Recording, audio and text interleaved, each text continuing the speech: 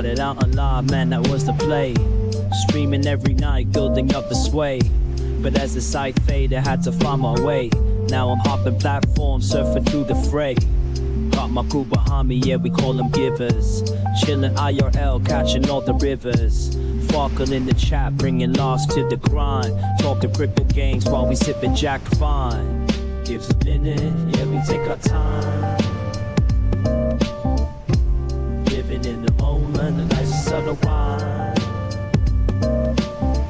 From the land down under, streaming through the night. New Zealand vibes, surfing waves day to night. Always looking for the next thrill, that's where I ignite. Community so solid, always shining bright. Rolling deep and cruising for the height. From the struggle to the stream, it's all just a game. But with the giver found, we're making our name. Tracking crypto profits, life just gets sweeter. Every view and every stream, making life a keeper. Give us a minute, yeah, we take our time. Living in the moment, life's a subtle wine. From the land down under, streaming through the night. Got my heart on my sleeve, everything feels right. So here's to the journey, no regrets in sight. Each laugh and each tear, it's a beautiful fight. Keep the wave rolling, let the good vibes flow. We're the givers, together in the show. Gives a minute, yeah, we take our time. Living in the moment, the life's subtle wine. From the land down under, streaming through the night. Got my heart on my sleeve, everything feels right.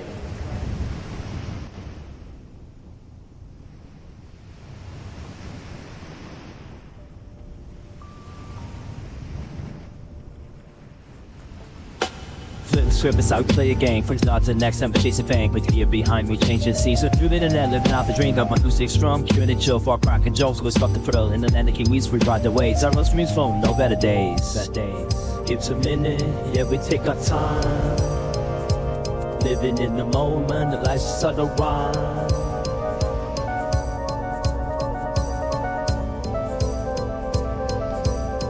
Hello, the internet. It is Wednesday, the 11th of March, 2026, and welcome back to the channel.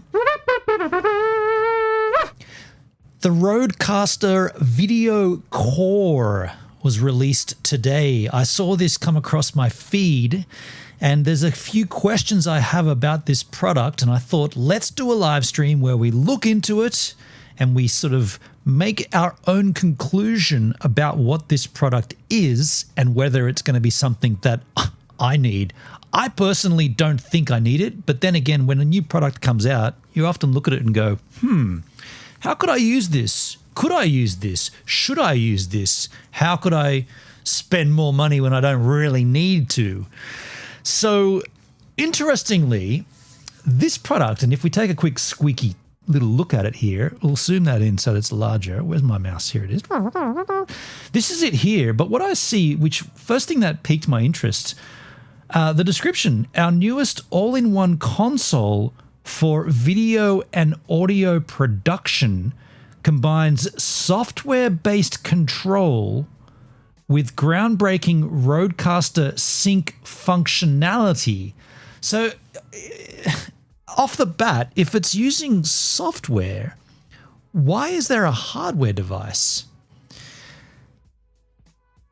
The other thing that stood out, and we're definitely going to learn why this might be the case, it seems quite expensive. In Australian dollars, this comes in just shy of $1,000, so around about, I guess, about $750 to $800 US. Now, I don't know what the specs are. I don't know what this product does, but if it's a video switcher, which it looks like, to me it looks like it's a switcher that uses some existing functionality from your RØDECaster Pro 2, which I already have, or your Duo. So it uses that hardware and then it adds something else to the mix, which I'm assuming is multiple inputs for cameras. So in that regard, it sounds like a switcher to me. A video switcher probably has 3 or 4 inputs on the back, allowing HDMI in, and then it outputs whichever one you've triggered. In that regard, it's a hardware device, yet their advertising or their blurb doesn't mention that. It just mentions that it's software-based control. So it's a bit confusing. Also, at close to $1,000 for a switcher, unless that thing does encoding as well, which I don't think it does, we're going to find that out, unless it encodes your stream and therefore takes the place of, say, a laptop, or takes the place of your LiveView Solo or the Teradek or the P3 Mini from KiloView, unless it encodes your inputs into a streaming format and then outsends them, at that point, it will be worth $1,000. But if it's just a switcher, that should be closer to around about the $500-600 mark, maybe closer to $800-900 if it's a 4K switcher. If it's a 1080p 60 or 1080p 30, you're looking at around 600, maybe 600 for the top line. RGB link, I've got one of those. It's around about $450 for a switcher. Usually they've got 4 inputs, 1 output, allows you to mix audio, allows you to do picture-in-picture. We use it in GoVan when we're streaming from the road with the GoPros. That's how you get one in the corner and one big. That's using a switcher. If that's what this is, then it's well and truly overpriced. But if it's more, if there's some other functionality such as encoding, I mean, it does mention that it's an audio production. So video and audio. Yo, Rob Muller, how you doing, man? To me, it looks like a new microphone or a switch box. Yeah. But the thing is, it clearly says that it works in function with the RØDECaster sync. So it's gonna marry itself up to the RØDECaster Pro and the RØDECaster Duo, RØDECaster Pro 2 and the RØDECaster Duo. It's going to marry itself to that. So if you've already got one of those, which I do have, what are the things that this thing's going to do that are going to make me say, here's $900 in my cash? Because at this stage, I don't know. So that's what the idea of this stream, or at least the good start of this stream, we're gonna look into that, and then we'll tailor off into other content, some surfing video and stuff. Rob Baggerman sent me a surfing video, and then some. You know, we'll tap into the Iranian situation as well. There's a Pentagon briefing that we should look at. But for the time, or for the start of this stream, we're going to look deep into this RØDECaster Video Core. Now, interestingly, before we get into the videos that we found, I went searching on the tubes of you, RØDECaster Video Core, and what I found, oh no, it's changed already. Bugger. Okay, so when I did this morning, so this came through my Facebook feed and I went, oh, cool, something new's come out from Rode. Okay, I didn't know it was coming. I went to the YouTube, did that search, RØDECaster Video Core, as you see, and every single one of the videos that you see here, aside from this sponsored one, but all these other ones from, well, that one's from Rode itself. That one's from BH Photo. Excuse me. These ones here from Photo Joseph, Nick Kendall, sponsored, ZY Cheng, Aaron Parecki, all of these came out, and it said it changed it now to 1 day ago, but it did say 22 hours ago when I happened to find them, 22 hours ago. So that means, if you're thinking about it logically, all these YouTube creators that actually have the device have had it for a while. They're all under NDA until X amount of time on the 11th of March or the 10th of March in the US. And every single one of them had their video and dumped it on the YouTube at whatever 22 hours ago was, or now longer than that. So, you know, like, I guess this is just a side tangent, just notable. It's notable because me, I'm not reviewing this unit. I'm analyzing it for potential usage in my setup. I'm trying to work out whether this device is going to benefit me, but these other creators, regardless of whether they need it, they've been given it to review, and they've all dumped their reviews on YouTube at the same time. I kind of think that's a bit tedious. It's a bit boring. They're all going to be basically the same. It's good for us though, because when I want to review something, I always take like the product review, and then I take at least 2 to 3 YouTube content creators to see what they think. But yeah, just notable that all these channels at the same time have the same thing. This one here, Mike Russell, was a little slow, so I feel like I should watch his just to give him the view. Like, he didn't get there as fast as everybody else, but he does have a video out. See how it's tied up there to the to the RØDECaster Pro. Anyway, that's the crack, or that's what I'm thinking. That's what we're gonna do. I'm gonna need a coffee. I'm gonna sit down here and drink coffee while we get into this. But before we do go and grab a coffee, let's just take a look at the product specs page on the RØDE website. By the way, RØDE being an Australian company based in Queensland there. RØDECaster Video Core, shop now. Now this is where you'll see the price, 940 Australian dollars. That's expensive. The RØDECaster Video Core is an innovative all-in-one console for video and audio production. Okay, not streaming, production. Providing a complete solution for producing professional content. Designed for software-based control or as part of a modular production setup with the RØDECaster Sync, it offers the same advanced production power as the RØDECaster Video in a streamlined form factor. Combining powerful video switching, recording, and production tools with a fully integrated professional audio mixer. Delivering seamless integration with the RØDECaster Pro 2 and the RØDECaster Duo for maximum flex.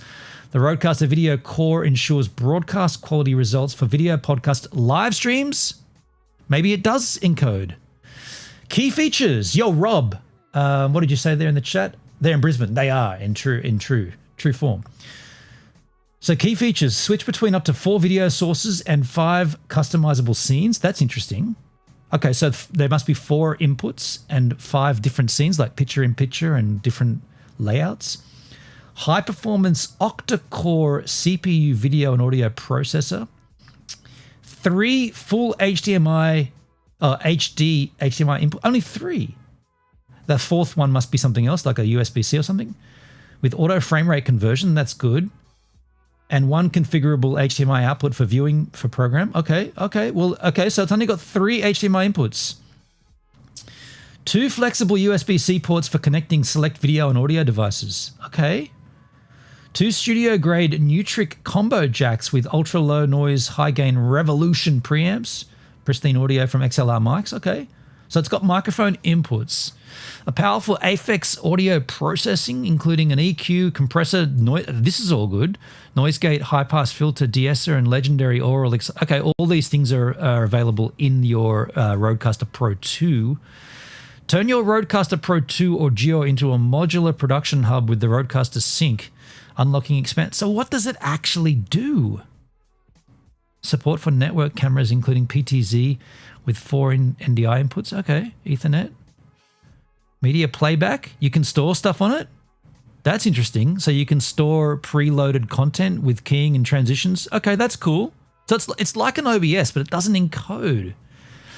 Connect an external SSD via USB to record video. So you can record your stream out, but you can't stream it out.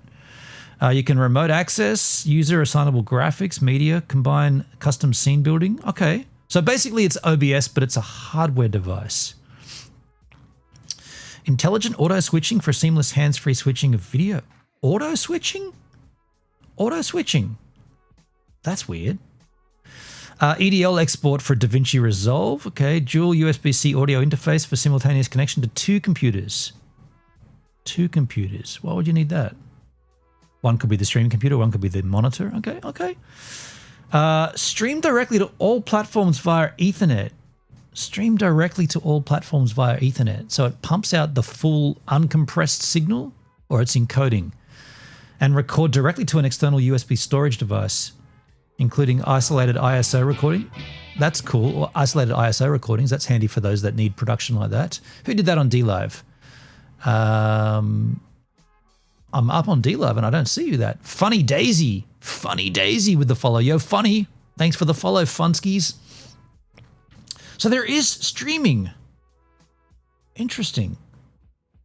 Designer made in RØDE state-of-the-art facilities in Sydney. But their headquarters is in Brisbane, right? What's in the box? There's the RØDECaster Video Core, a USB cable, and a power supply. Okay.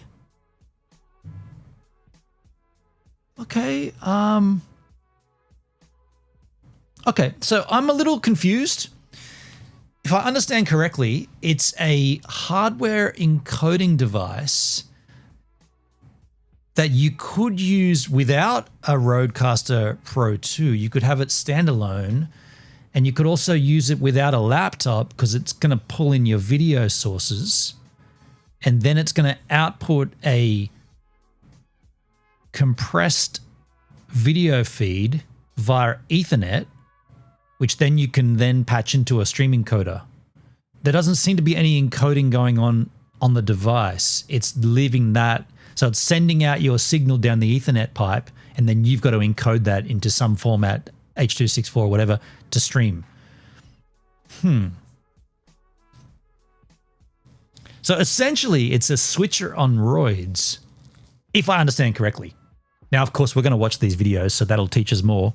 I will go and get a coffee to watch these videos. I'll be right back. You can enjoy some surfboarding.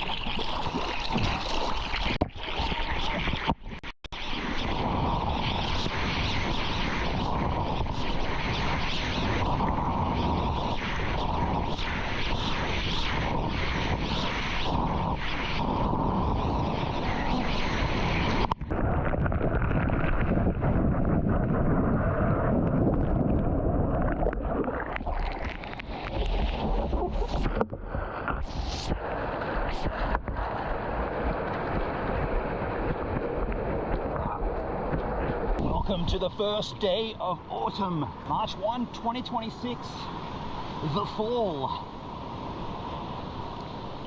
Hello, autumn.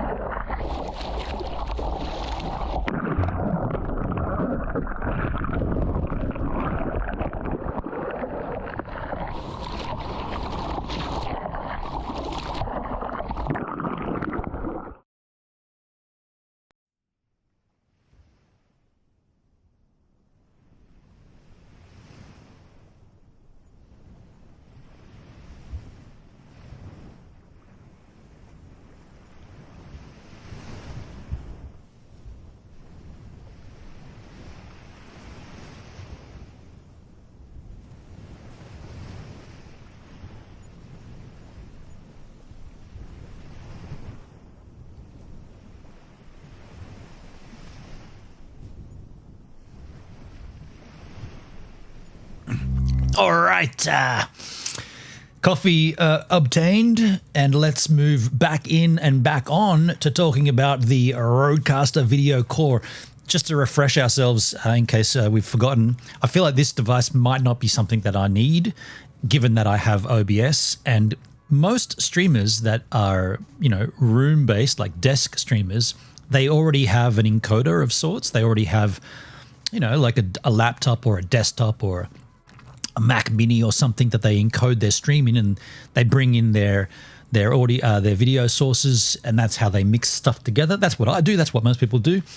So yeah, this might not be a product that everyone needs, but if you, it's kind of weird because without seeing all this stuff, if you're looking to start streaming, you'd like to use that device as the device. But if it doesn't encode the stream, you still need an external encoder at the same point or at some point after that. So you're going to need to have a laptop or a LiveView Solo or a KiloView or something that can encode the stream. In the chat, nice surfing video.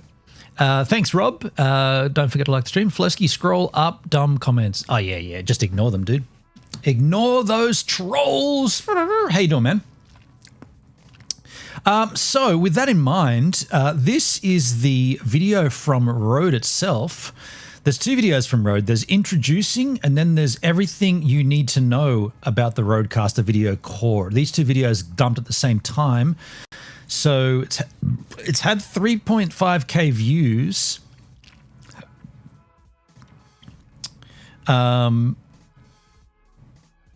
So people are interested in this, but yeah, I guess we're going to learn about what this can do for us because people are interested, people are keen, people are looking at it, people are wondering, like I am, what the hell this is, and yeah, does this product fill a need in the market, or is it just saturating the market? Thank you, Flo, for that, man. I appreciate you doing that. So let's take a look. Here is the video. Let's take a look at the intro.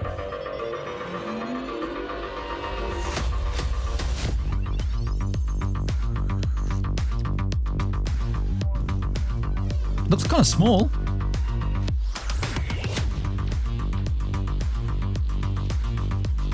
Snazzy, yeah, snazzy music. So this is super quick and snappy. This video, this frame grab, the must-have console for video podcasters, live streamers, YouTubers, content studios. I mean, everyone's got a computer though. What can this possibly give us that your computer doesn't? That's what I want to know.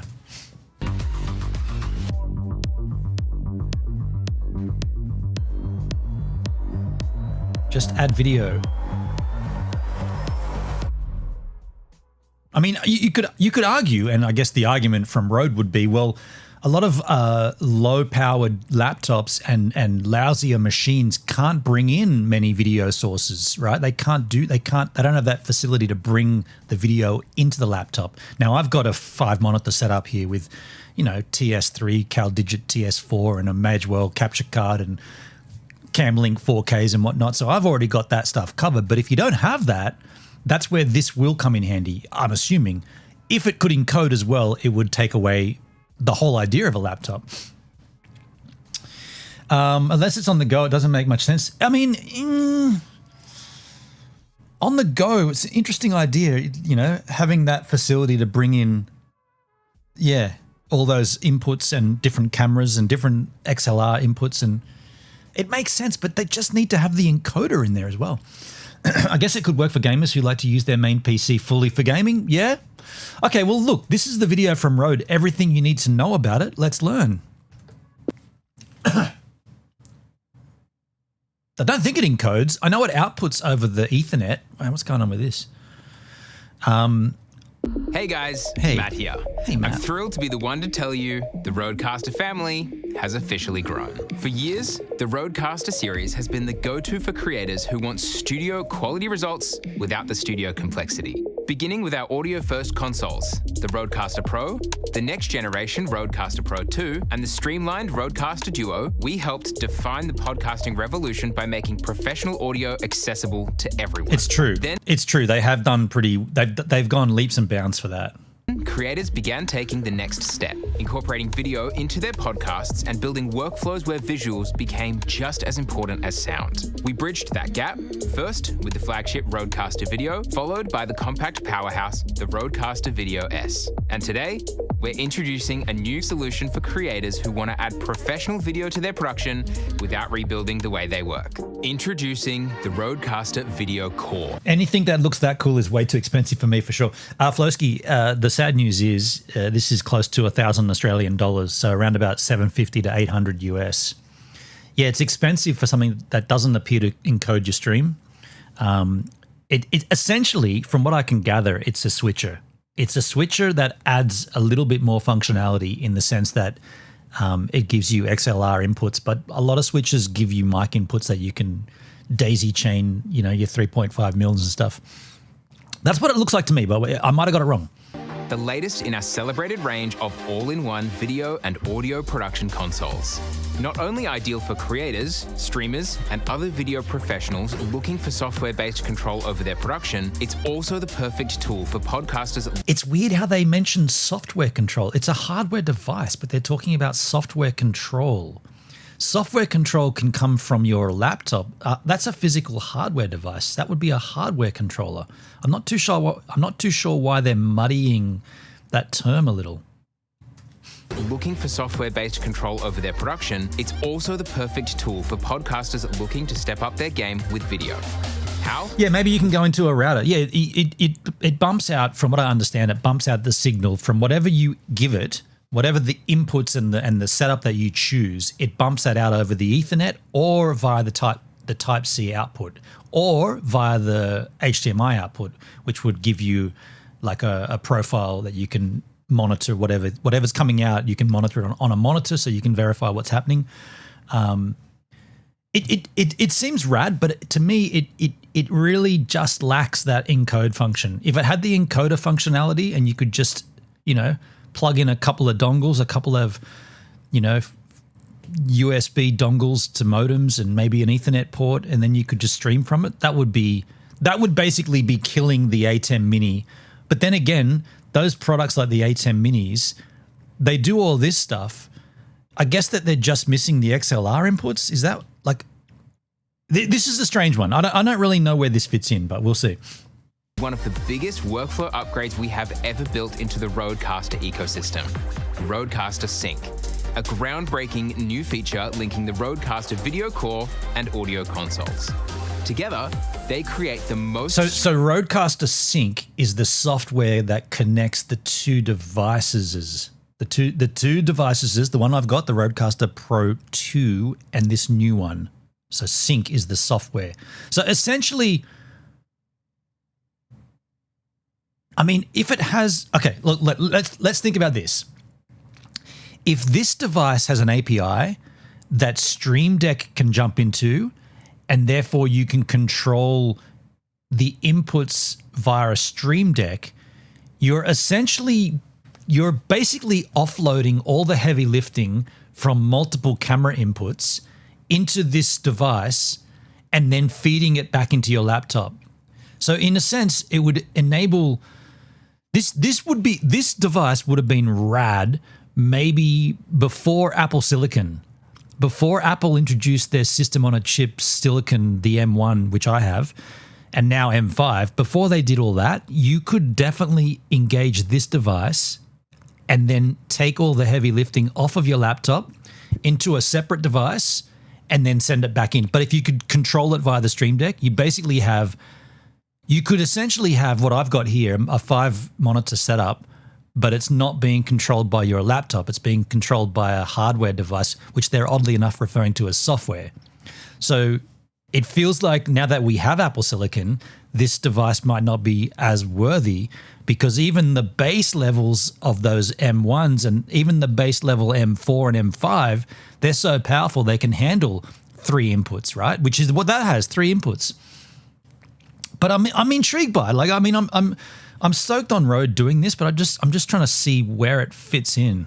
Streamlined path yet to professional multi-camera video production, designed for environments where flexibility matters most. Now, let's dive in and unpack how both the RØDECaster Video Core and RØDECaster Sync can elevate your next project. So notice also that they're mentioning it in conjunction with the RØDECaster Sync. He doesn't ever mention it as a standalone product. If you don't have a RØDECaster Pro 2 or a Duo or another hardware mixing console from Rode, if it's not from Rode, you're not going to be able to use the Sync. But if you happen to have the other products, you're good to go. But a lot of people don't have those.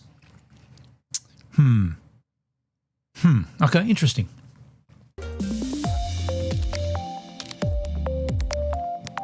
Delivering the same advanced production power as the flagship RØDECaster Video, the RØDECaster Video Core is powered by a high-performance octa-core CPU video and audio processor.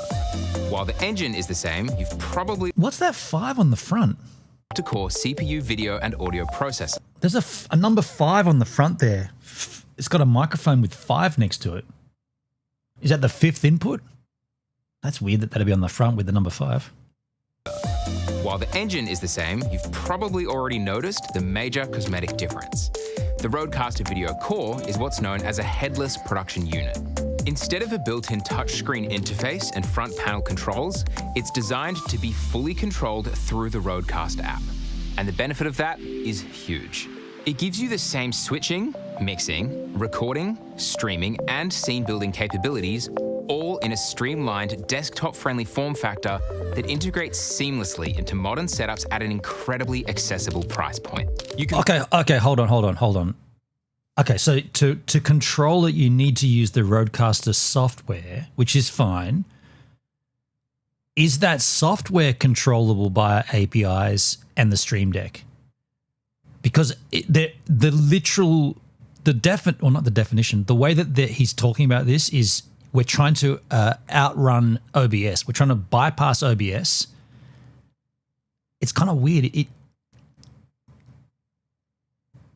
Basically, they're selling you a laptop. They're selling you a laptop, essentially a processing unit that doesn't have a display, so it's headless. But to operate it, you need to use the Rode software, and what you're able to do on it, you can already do on a laptop with OBS running. But maybe your laptop's not powerful enough to bring in all these video sources. That's what I'm understanding. Right, I get you. run it in a studio with monitors. Go back a little. All in a streamlined, desktop-friendly form factor that integrates seamlessly into modern setups at an incredibly accessible price point. I would doubt You can that. run it in a studio with monitors, cameras, microphones, network sources, and computers, or you can build a compact setup for podcasting, streaming, and content creation. So, instead of building your production around a traditional video switcher, Core becomes the central hub of a software-based workflow with the RØDECaster app, or as part of a modern modular workflow when paired with RØDECaster Sync, which we'll get to shortly. It's interesting. I'm sorry to keep cutting in, but this is groundbreaking, I guess. This is new tech, but it's very interesting that they're shifting away from hardware, yet they're selling you hardware. It's a bit of a mixed message, isn't it? They're selling you hardware, but they're calling it software. Given that the M processors are out there and laptops are super powerful, this price point, $950, is not compelling enough, because if you spent a little more for an M processing, even the baseline Mac Pro with an M processor for $1,200, $1,300, you're not only getting the processing ability that this would have, but you're also getting a full laptop. So I wouldn't say this is a compelling price point for what it's doing, but I'm certainly intrigued. It's a strange move. Before we do, let's take a look at all the specs. Yes, please. In terms of video, the Core mirrors the capabilities of the RØDECaster Video S. The RØDECaster Video Core allows you to switch between up to 4 sources and 5 fully customizable scenes. Okay. You can connect up to 3 full HD HDMI cameras, consoles, or computers with auto frame rate conversion on every HDMI input. Okay, so that's interesting. Auto frame conversion. So it pumps them all out at the same frame rate, which is rad. But what it's really missing in 2026, and it doesn't bother me, but it's going to bother a bunch of people, 4K. If that's only taking 1080p, I mean, that's a big fail, right? They need 4K. It's 2026. 4K should be the baseline, and 120 maybe for gamers, right? That's a bit of a oof, as the kids would say. That means no mismatched settings or time wasted trying to make everything play nicely together. You also have a configurable HDMI. Yeah, Flowski, if it was cheaper, it would make more sense to me, like an ultra fancy video audio multi-source capture device. Basically, that's essentially what it is. Yeah. I mean, it's certainly intriguing, right? Like I've got a 5 monitor setup. If I added this to the mix, I essentially could have a 9 monitor setup. I could bring in 9 others. Sorry, not 9, 4 more sources, right? But that's like, I don't need that. Like arguably 5 is all I need, right? Maybe even 4, maybe 5 is overkill. But it is intriguing. Like for things like when we play the cap game or the music game and we bring in iTunes, I put that on a separate monitor and it's in full screen. So like theoretically, if you had one of these devices, you could just have iTunes playing on a separate tiny little monitor, have that as one of the inputs, and then have that plugged in. And then every time you want to go to that, you just hit the button and it goes to it. Only if it's controllable by a Stream Deck though, because you don't want to have to keep going into the software, finding your mouse, and you want the Stream Deck. The Stream Deck, I've got 2 of them. I got 3 actually. No, I gave one to Hendrik. You need the Stream Deck, right? So if it's controllable by a Stream Deck, giddy up, and it could extend your system. It's expensive, but so is a TS4, a CalDigit TS4, right? They're expensive too. Yes, I like tech, like I love new tech, but yeah, this is interesting. This is cool. I'm glad we're watching this. HD HDMI cameras, consoles, or computers with auto frame rate conversion on every HDMI input. That means no mismatched settings or time wasted trying to make everything play nicely together. You also have a configurable HDMI output, which can display your program feed, preview feed, multi-view, or even one of your inputs directly. Whether you're monitoring what is live, what's coming next, or your full production overview, you can build the exact setup you want and preview through the RØDECaster app, giving you full visual command of your production. One of the big ticket items that makes the RØDECaster video range so powerful is its... So just to cut in again and say that because this is a headless device, I noted that there were 2 USB-C ports. So invariably, and an HDMI output, invariably what someone will do is they'll have it on their desk and they'll have a little cheap HDMI monitor, and that will be the head of it, right?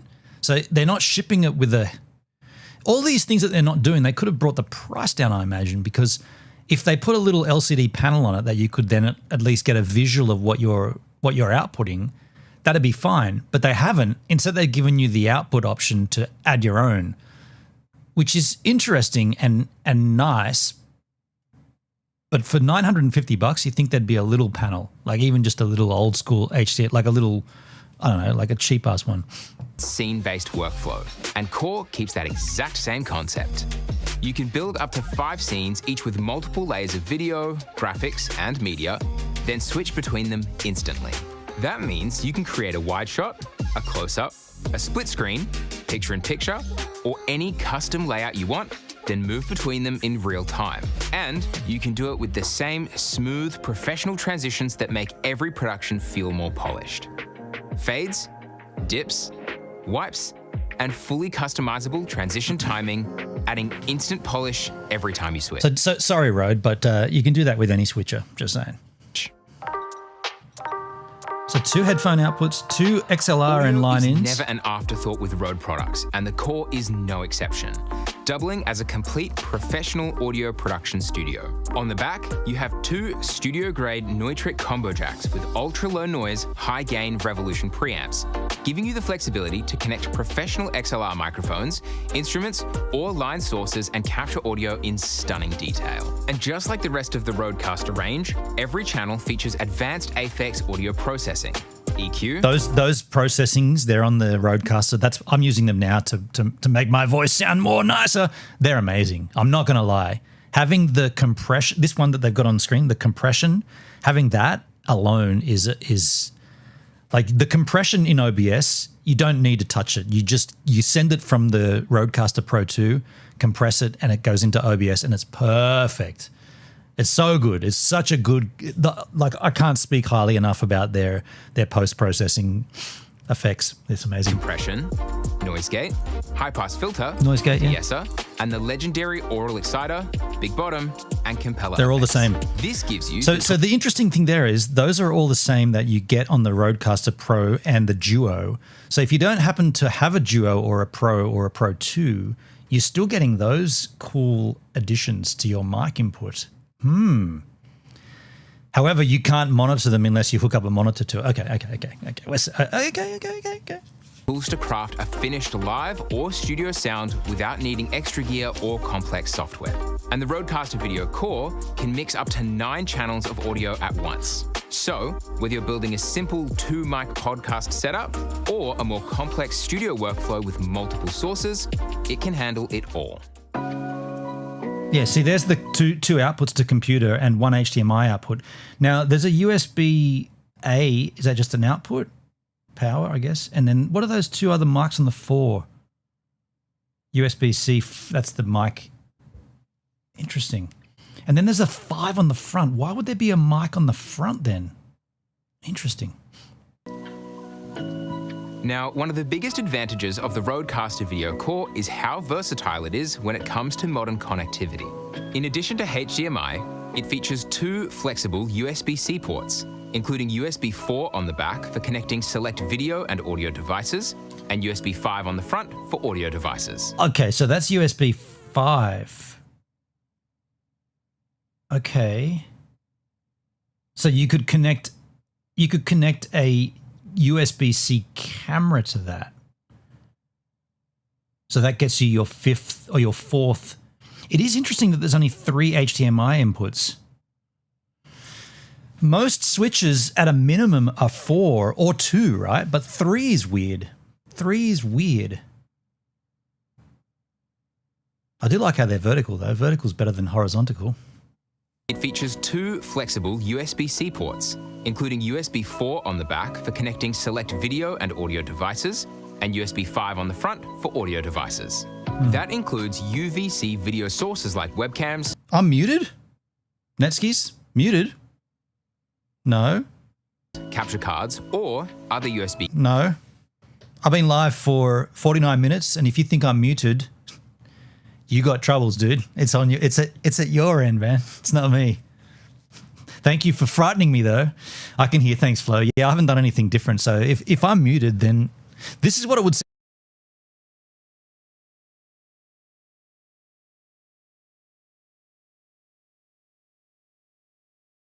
But now I'm not, because I'm not muted. So I wasn't muted before, but I was then, just to prove the mute point.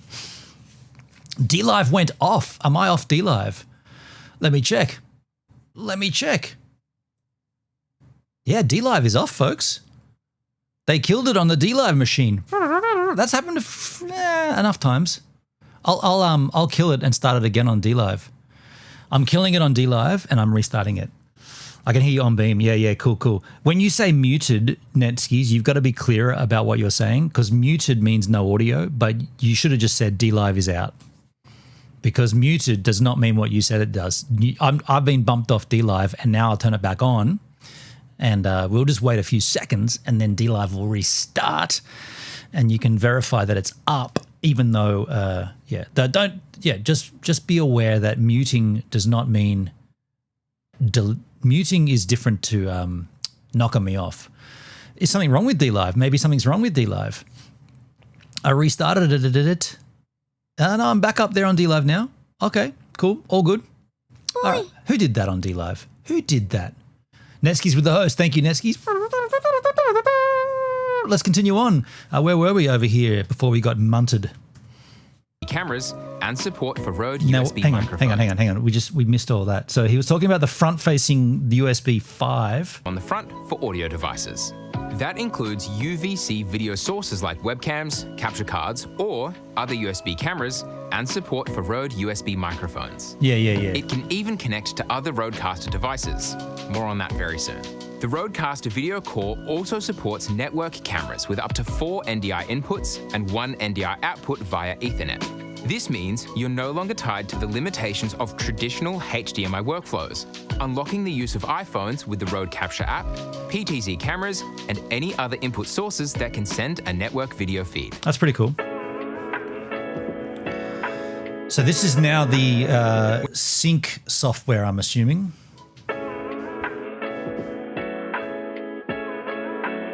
When it comes to production tools, the RØDECaster Video Core gives you everything you need to create content that looks dynamic and polished. Media playback, transitions, multi-source scenes, graphic overlays, and automatic keying for green screen setups. All accessible through the RØDECaster app. You know what it would be rad if it had? Hey, Rode, if you're listening, this would be slick if you could add this. You just said it includes transitions and overlays and whatnot. If you could add the idea of a browser source, so a URL that you can then copy from whatever your streaming setup is and dump it into this software, and suddenly you get your overlays, your alerts, your chat, your different triggers and whatnot from a stream, that would be so slick. I don't think there's not many well, there's no switches that do that, but if you're an encoder, they often add that feature. So you're not, this isn't an encoder, but you are allowing output over Ethernet. I don't know. Sheepdog, I use vMix, so that has that native. You know what? I feel like I should look into vMix. I'm hearing a lot of vMix. And by the way, Nemo TV, Sheepdog1, you're the first person on Nemo.tv to actually be a real person commenting to me. I get so many trolls on that website. Things like, you're a great streamer. What a setup you've got. When's your next stream?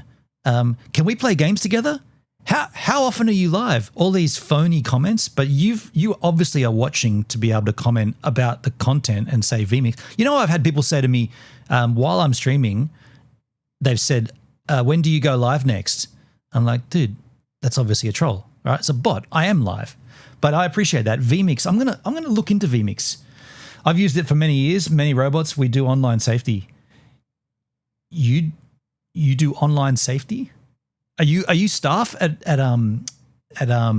Nemo.tv? I'm going to just get a little tab out. I'm going to put a tab out to remind myself to take a look into vMix and how. So can you just before, I'm not going to go looking into it today. We're busy with the RØDECaster Video Core. Can you just tell me off the bat, is vMix software or is it a software and a hardware device? I'm interested to know that. I feel like it's both software and hardware, right? I'm the head of Sheepdog Bloodhound Internet Safety Inc. Oh, cool, man. It's software only. vMix is software only. Okay. I'm going to look into it. I know that it's an industry standard and a lot of people stream using it. I don't think I need it, but I'm always interested to learn about new workflows that may assist me or make things easier. Let's get back to this.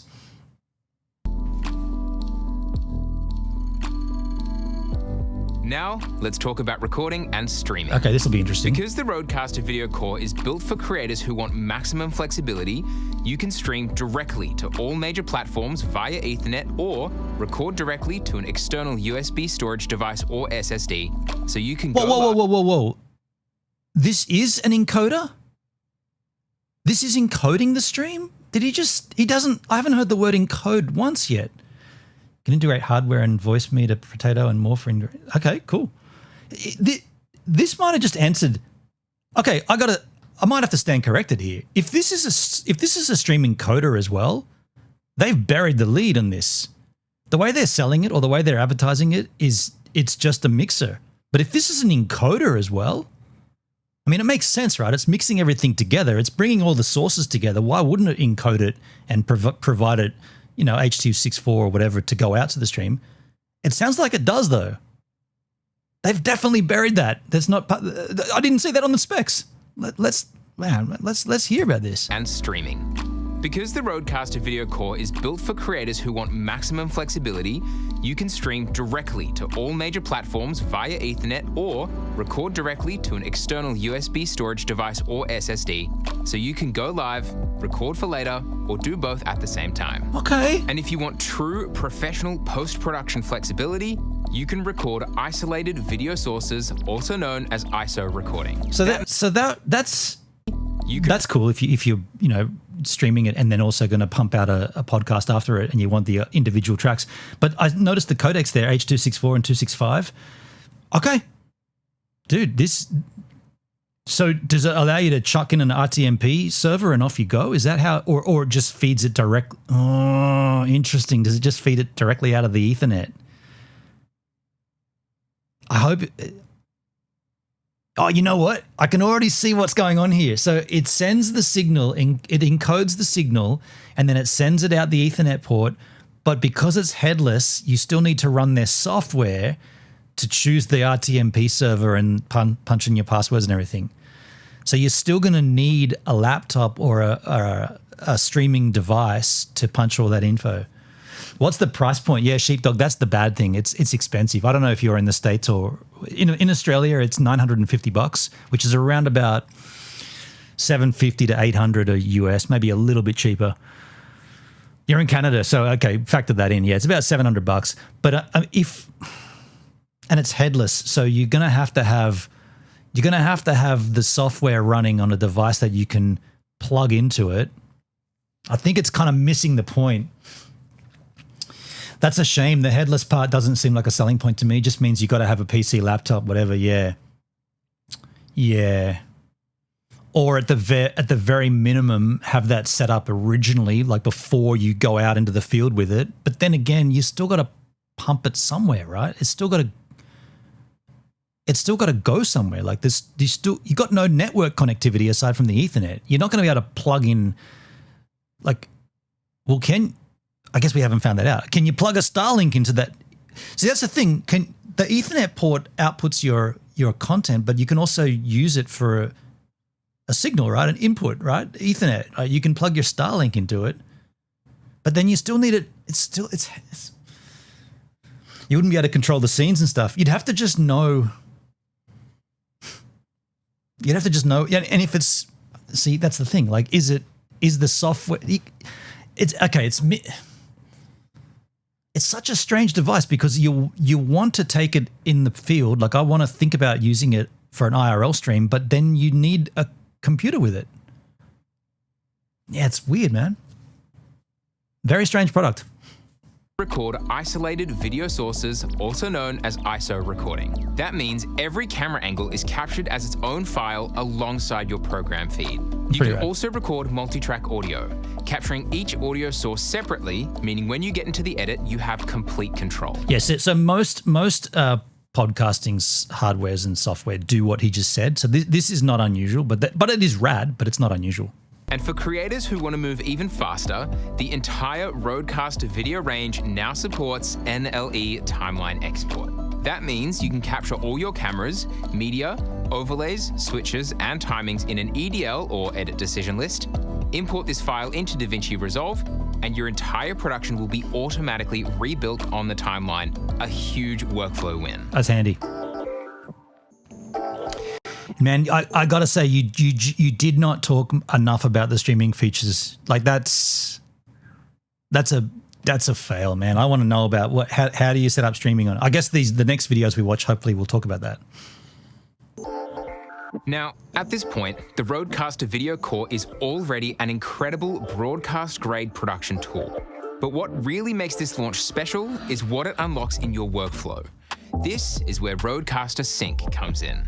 RØDECaster Sync is a major new feature that seamlessly links the RØDECaster Video Core console with the RØDECaster Pro 2 or the RØDECaster Duo. Connected via a single USB-C cable, it turns your setup into one unified production ecosystem. And it opens up entirely new possibilities for how creators can build their workflow. With It does have NDI, Netskis, it does. It has capabilities for 4 NDI inputs. Yeah. I guess that's through the Ethernet. Yeah, 4 of them. Pretty rad. I mean, if it didn't have that in 2026, it doesn't have 4K, but it does have NDI support. So that's a positive. That's definitely a positive. That's cool. Yeah. That's you need that, right? Like it's guaranteed. It needs to be there. Opens up entirely new possibilities for how creators can build their workflow. With RØDECaster Sync, you can use the physical faders, pads, and controls of the RØDECaster Pro 2 or Duo to manage both your audio and your video from one interface. That means hands-on mixing, hands-on switching, and a workflow that stays fast and focused. Wait a second. So if I understand correctly, with the video core, you've got a headless display, but with RØDECaster Sync, you connect it to your RØDECaster Pro 2 or Duo, and then you've got hardware faders and knobs, sliders, which you can then use to control it. So so at that point, the RØDECaster Pro 2 and other such devices become the computer, and the headless part of the other device isn't so significant unless you need to see what it's doing, which most workflows will need to see it at some point. So you could minimally, at the bare minimum, put a monitor on it and not a computer. So if you didn't want to run the software, the sync software, you're going to have to though, aren't you? I'm just trying to think, is there a way to use it without a computer? It doesn't seem like it. It doesn't seem like it at all. If you are already a RØDECaster Pro 2 or Duo user, it also means you can step into video production with zero friction, meaning you get to keep the workflow you know, the control you love, and the sound quality you trust. All you have to do is add video. Remember when I said the core is a headless unit? Well, with RØDECaster Sync, you've got yourself an instant interface. With Sync, you can assign the smart pads on the Pro 2 or Duo to video switching, auto transitions, media playback, and graphic overlays, meaning your audio console becomes an immediate tactile controller for your entire production. Okay, now that is interesting. So you've got a display on this, but it doesn't convert to like the program output from the video core, but at least the pads are selectable to change different scenes and transitions. That's interesting. Fast Abdul, I'm here for the tech. How you doing, man? Yeah, that's definitely intriguing. I didn't see that coming. So the pads now become like a Stream Deck, essentially. That is your Stream Deck. Okay. That's interesting. And because it's one unified system, audio and video stay perfectly aligned across everything you do. Then there's the modular mixer. With Sync, you can build a powerful shared 9-channel audio mixer using all available inputs across your connected RØDECaster devices. Okay. That means you can support up to 6 XLR microphone inputs, 2 integrated Rode wireless receivers, plus USB and media sources, all combined into one shared mix. So if your production grows, your system grows with you. You also unlock an absolute game changer: custom mixes for every output. With Sync, you can create and send up to 23 fully independent custom mixes across all. That's a good point, Flowski. Definitely not for IRL, those 2 huge panels and a PC and a backpack. Yeah. It's the kind of dumb thing I'd think about doing, right? Yeah, dumb. Not suitable. Available audio outputs. That means you can send one mix to your stream, another mix to your recording, different mixes to each set of headphones, and a completely different mix to any broadcast output, all at the same time. This is the kind of capability you normally only see in high-end studio environments. That kind of thing that he just said then, that can come in real handy when you're doing interviews. So like I've got it set up now so that when we have panels, the panel hears everything that the stream hears, And what he's just explained there is it's already easy enough to do that on the RØDECaster Pro 2, but you can do that in mix minusing and whatnot, and then send that signal out to your stream. So if you had an interview panel on a separate computer, then you could send the audio that they need to hear, so they get to hear the alerts and the donations and everything, but they don't hear their own voice because that needs to go to the feed. So this is good that they're doing all this. Again, this would have been real handy like 4 or 5 years ago, before we now have powerful enough machines and mix minusing and USB-Cs, and this feels rad, but a bit late to the game. Now it's available in a creator-focused system that is simple, intuitive, and built for everyday workflows. So that's the RØDECaster Video Core, a streamlined, software-driven production console that delivers broadcast-grade video switching, studio-quality audio, and professional recording and streaming tools in one compact unit. And with RØDECaster Sync, it becomes something even bolder. A unified production hub that connects your RØDECaster Video Core console with your RØDECaster Pro 2 or Duo, unlocking serious expandability and workflows that feel effortless. However you create, the RØDECaster Video Core is built to help you unlock video to produce better content with less complexity and more creative freedom than ever before. To learn more about the RØDECaster Video Core and RØDECaster Sync, check out the links in the description below. Of course, you'd need to be at home where you have internet connectivity to stream from it. He didn't really touch on the streaming capabilities, so I want to find someone, and out of the 3 videos that I've got lined up here, Aaron Parecki, he's done a review, and then we're going to take a look at Mike Russell. So 2 videos here to see what this device actually looks like in the hands of creators. It's here. This is the RØDECaster Video Core. It might not look like much on the outside, but what's inside is pretty incredible. So let's take a closer look. Hi, I'm Aaron Parecki. First, I want to thank Rode for sending this over for me to share with you on the channel. You might have seen my video from last month after Rode teased this at CES. Well, it's here now and it's real, and I am super excited to answer your questions about exactly what this can do. First, this has mostly the same features as the RØDECaster Video S. In fact, the ports on the back are identical, so I'm assuming it's actually reusing a lot of the internals. Well, that's interesting. Wow.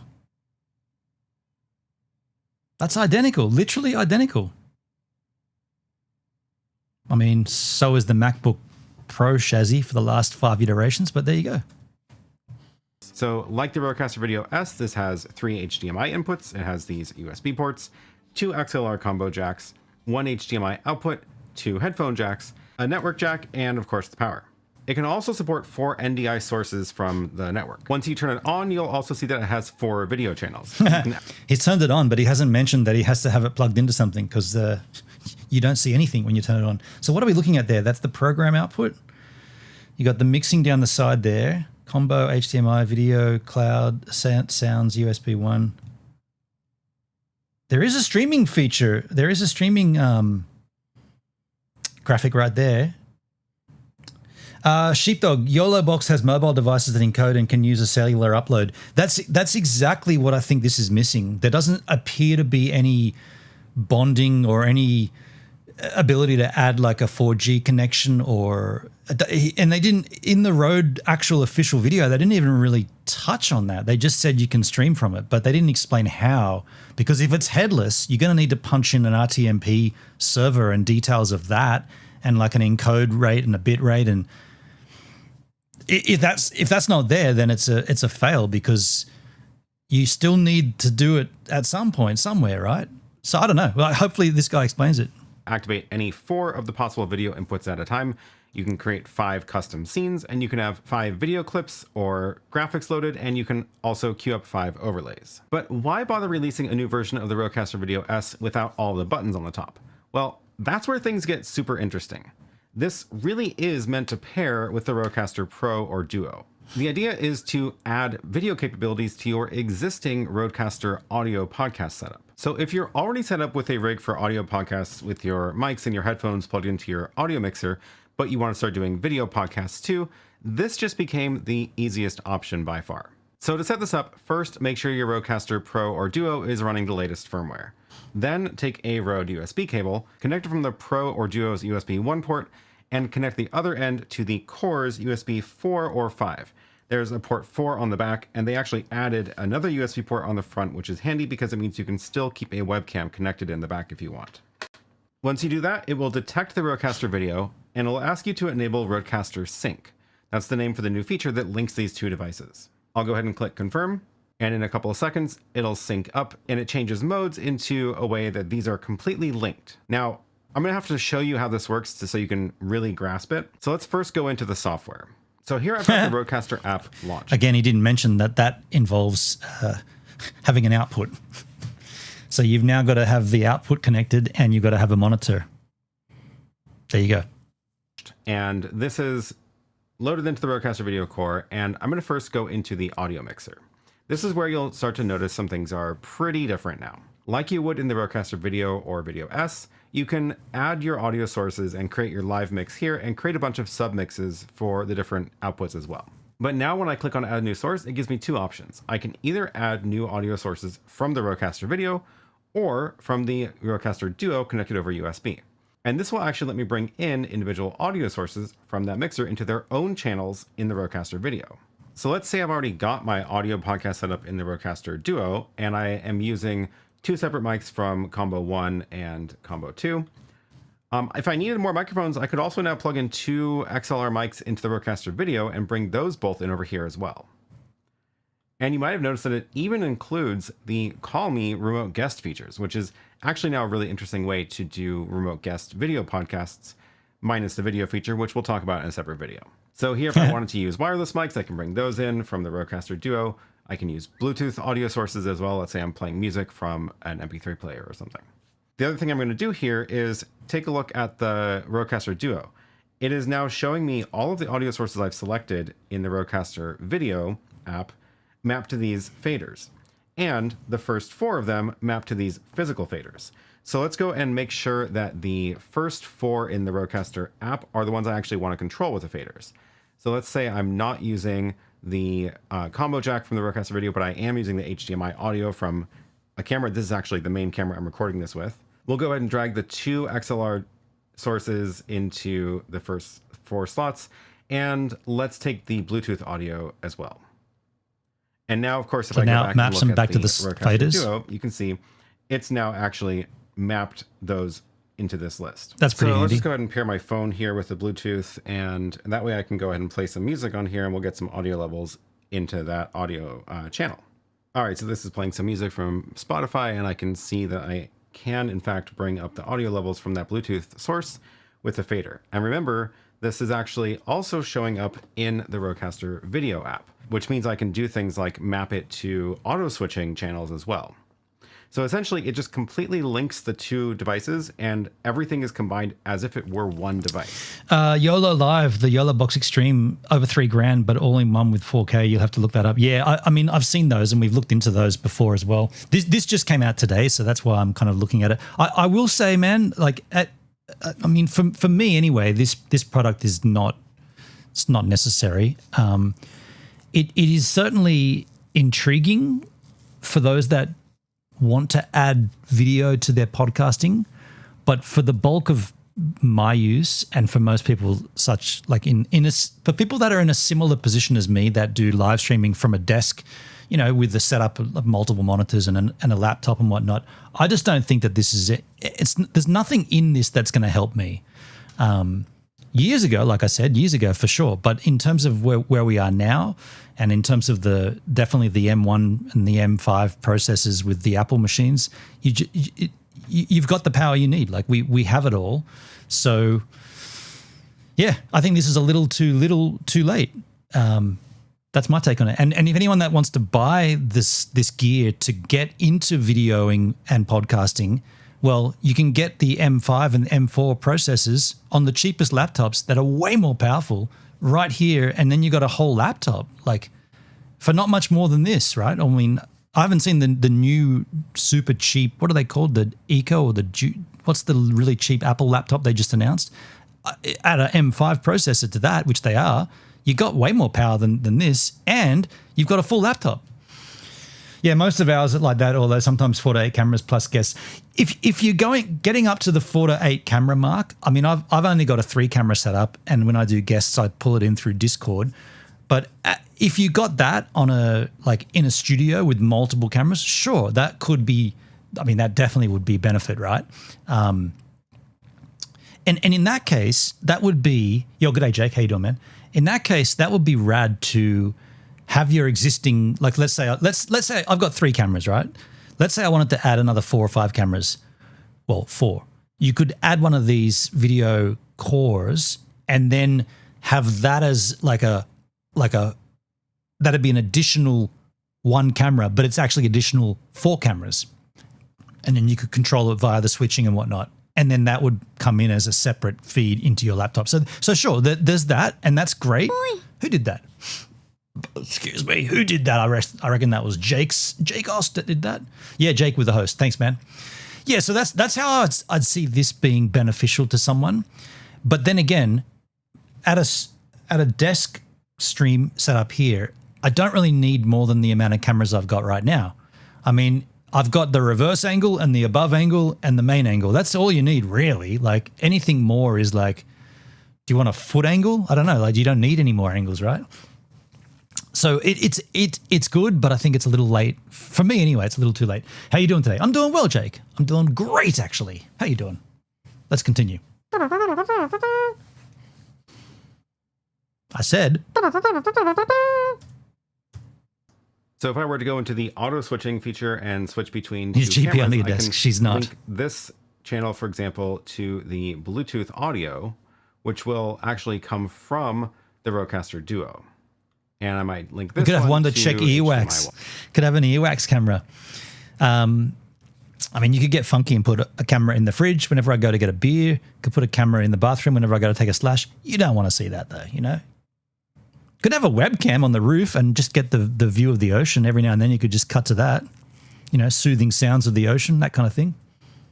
And this is not a very good demo of the auto switching feature because it's music versus me talking, but you get the idea, and you can look at my other videos for an actual example of setting this up for reals. It's probably worth talking about the other direction as well, of deciding what you want your outputs from the RØDECaster Duo. By the way, that RØDECaster Duo that's white, why would you buy a white device like that? Like, get black, man. No thanks, but one on the roof, that is a good idea. Yeah, I mean, yeah, that'd be pretty cool to be able to see the ocean, for sure. To have showing that I can bring in audio from the RØDECaster video. And let's go into the routing here. Let's say I want to make a special mix for the headphone output. Right now it's at the main mix, but I can go to custom, and here's where I can choose whether I want to hear the background music or the audio coming in from HDMI 1 or one of the mics. So for example, I can just go ahead and turn that down, and now I won't hear the audio from the RØDECaster's HDMI port in the headphone mix from the RØDECaster Duo.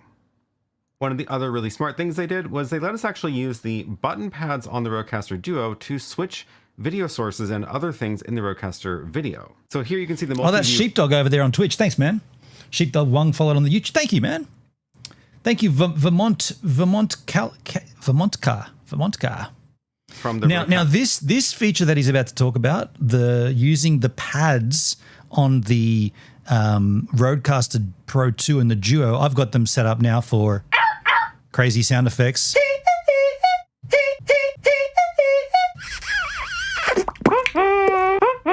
No. Yes. And so forth. I've got them set up for that, or one of the banks anyway, but he's about to tell us that when you connect this up with the sync, you then can control the camera inputs using those pads, which is pretty rad. That's pretty cool. I haven't got the farted one on there. I just farted. That's an alert. The really smart things they did was they let us actually use the button pads on the RØDECaster Duo to switch video sources and other things in the RØDECaster video. So here you can see the multi-view from the RØDECaster, and I can see that the initial button mappings that they have by default are input 1, input 2, scene A, scene B, auto, and cut. And as I go ahead and just press these, you can see that the RØDECaster video is actually switching the inputs. Pretty cool. If I go over to auto, then I can actually, it'll do the little crossfade as I transition between those two. But you can also customize these. So if you tap on the screen here, this will let The you sound of a config- good fart. How do I want to record my farts, dude? What are we in 10th grade again? Not farting into a mic. Figure what these pads do. So let's go ahead and change, for example, scene A to something different. We'll go ahead and edit that. And here is all the different controls that you would get in the RØDECaster video. So I can choose, do I want it to be set to one of the inputs? Do I want to load one of the scenes? Do I want to toggle one of the media sources, overlays, or control, auto, and cut? Doesn't have to be mine. Let's just say I want to make a button to load my title screen. I can go ahead and choose the media here. No, not doing it. Into media player A. No. Now, if I click OK, you can see that that button will then bring up my title screen. So now I can quickly switch between the two angles, title screen, and everything works like you would expect. By default, it actually put these on page 9. So you can, of course, make your other pages of buttons as well in case you wanted to add other camera angles or other scenes or rearrange however you want these buttons. I mean, that is pretty cool. That's a feature that's pretty rad. But again, most streamers have a Stream Deck that does all that and without even, like, you can trigger that with OBS without even looking at it. So I can do things on OBS with the Stream Deck that I don't even have to look at it. I can just continue on. I think I prefer the power I get and multi-actions on the Stream Deck with delays and stuff. I think that what they're doing is adding that feature in because people need it, but you already can do that if you're a live streamer. So that will be good for podcasters that don't have the live streaming features. But at this point, I feel like everyone's got a Stream Deck and you can do everything that you need with it. So I don't know. It seems like with all this tech, you would almost need a tech running it while you stream. Well, that's the other thing, Netskis. You want to be able to do this by yourself. If in an ideal world, you want to be able to just run all this yourself. Hey, by the way, speaking of Stream Deck and things that you could do, this could be the best time to do this. Let's go back. Let's go back over here. And you know how I say, oh man, I need ChatGPT. I want a ChatGPT. Well, I put a little multi-action in my Stream Deck to open up ChatGPT. Let's see how it works. I'm going to press one button and this should open up ChatGPT, put it on the right screen, make it large, zoom it in, and then I can instantly say nothing. I don't want to talk right now. So my point there is the Stream Deck is super powerful to allow you to be able to do things that require so what I just did then was to in a technical sense, I switched to the Brave browser, opened up a new window, opened up a new tab, went to chatgpt.com, zoomed it in by 5 so it was large enough for the stream, moved it to my secondary monitor and made it full screen or maximized it on the screen. And I did all that in one click of a button to get there. And then if I want to go back to Firefox or whatever we're watching, again, one click of a button. Go back to ChatGPT, bam, one button. And you do that without even looking. That's just the beautiful thing about the Stream Deck. So it recorded your script. It's not actually doing that. It's more efficient than that. You actually just put in a multi-action and then you just command it to do what you want. So it's pretty rad. It's pretty slick. Speaking of slick, here comes Melbourne. Dougski, how you doing, man? Yeah, pretty rad. So now whenever we need ChatGPT, I've got a command there for it. So pretty cool. I wonder, actually, while we're here, I wonder how that works. Let me check something. I wonder how that works if, let's say we're watching something here and it's in full screen and someone says, yo, Gives, just find out when that duo came out. Okay, I'm going to need ChatGPT for that. Now, because this is full screen, what will happen? Pressing one button, wait for it, up it comes. Okay, I thought that might happen.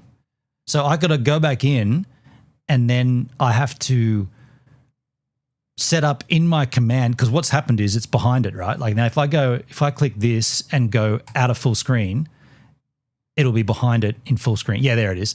So I've got to make sure that it's set up to make sure, first thing I've got to do is make sure that it takes Firefox out of full screen. Yeah. I've never been called slick before. Slow maybe.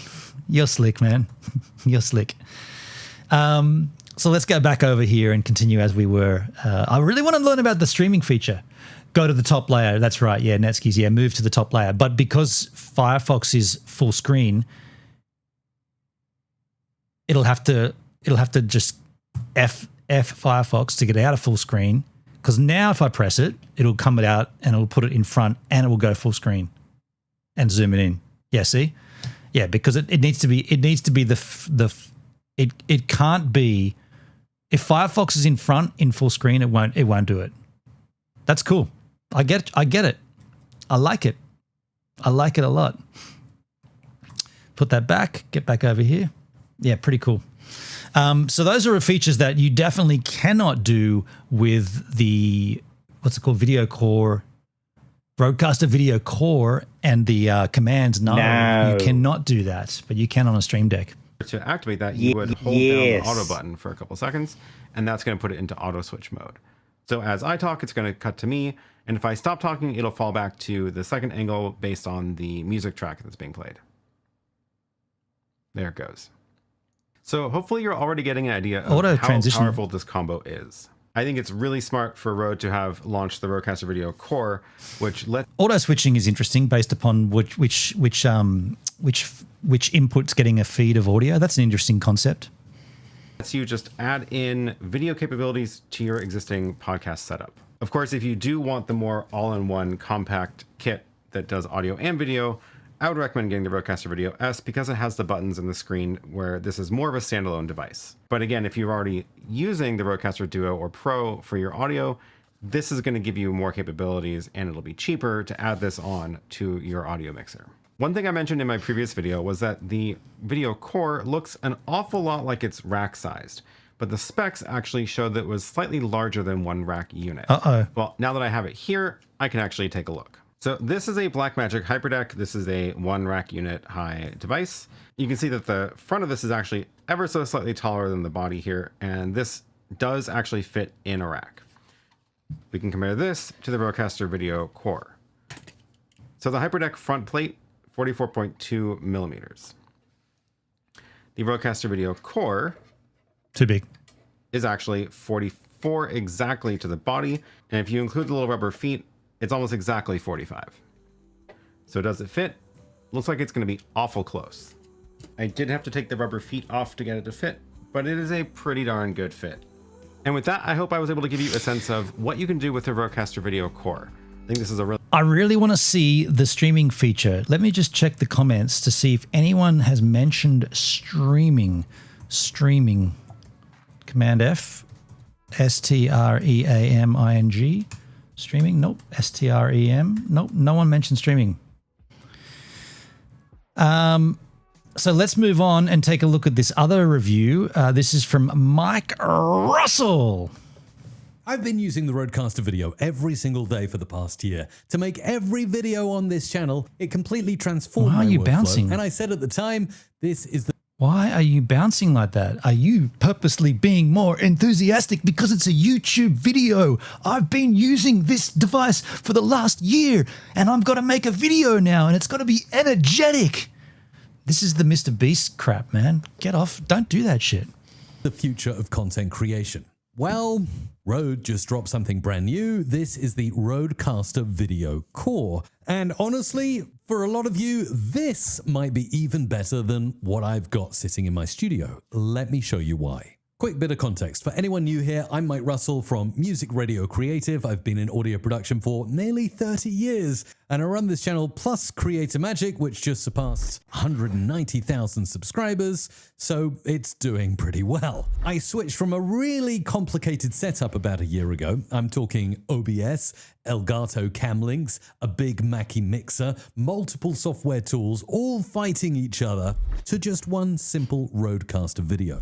And for me, it changed everything. I record live to drive on my SanDisk external SSD that sits next to me here on the desk. I switch cameras with a button press right on my desk. It splits out all of my video and audio tracks as isolated recordings for post-editing, and there are no more crashes. No more full hard drives and no more software headaches. And I pair it with the RØDECaster Duo for all my audio. That's the Electro Voice RE20 microphone, computer audio for screen share, the lot. These two boxes together, that's my entire production setup. So now you're telling us all that. Now he's going to say, and I can get rid of it because I've now got the RØDECaster Video Core. Simple, it's reliable, it's brilliant. So when Rode told me they were launching something new and asked if I want to be one of only 3 creators in Europe to get early access, yeah, I said yes immediately. So here... Paul, small screen on that previous unit. I'd prefer on computer monitor references or perhaps a small reference monitor like a Freeworld F7 Plus, maybe a small HD. So it's notable that there is the HDMI out, which you would then obviously pair up with a smaller monitor for sure, if you didn't have a computer with you, a laptop, or if it wasn't in studio. So you definitely have that feature and that capability, and you need it to access the software anyway. It is. Let's get this unboxed and take a look at what's inside this box. I'm so excited to see a brand new device and show it to you. Now, first of all, as you'll see with Rode, always well packed and nicely branded as well. Let's get it out of the box and see what accessories we've got as well. So first of all, you'll see basically it's a very simple box. We've got the unit sitting here on my desk, and we've got the accessories sitting here.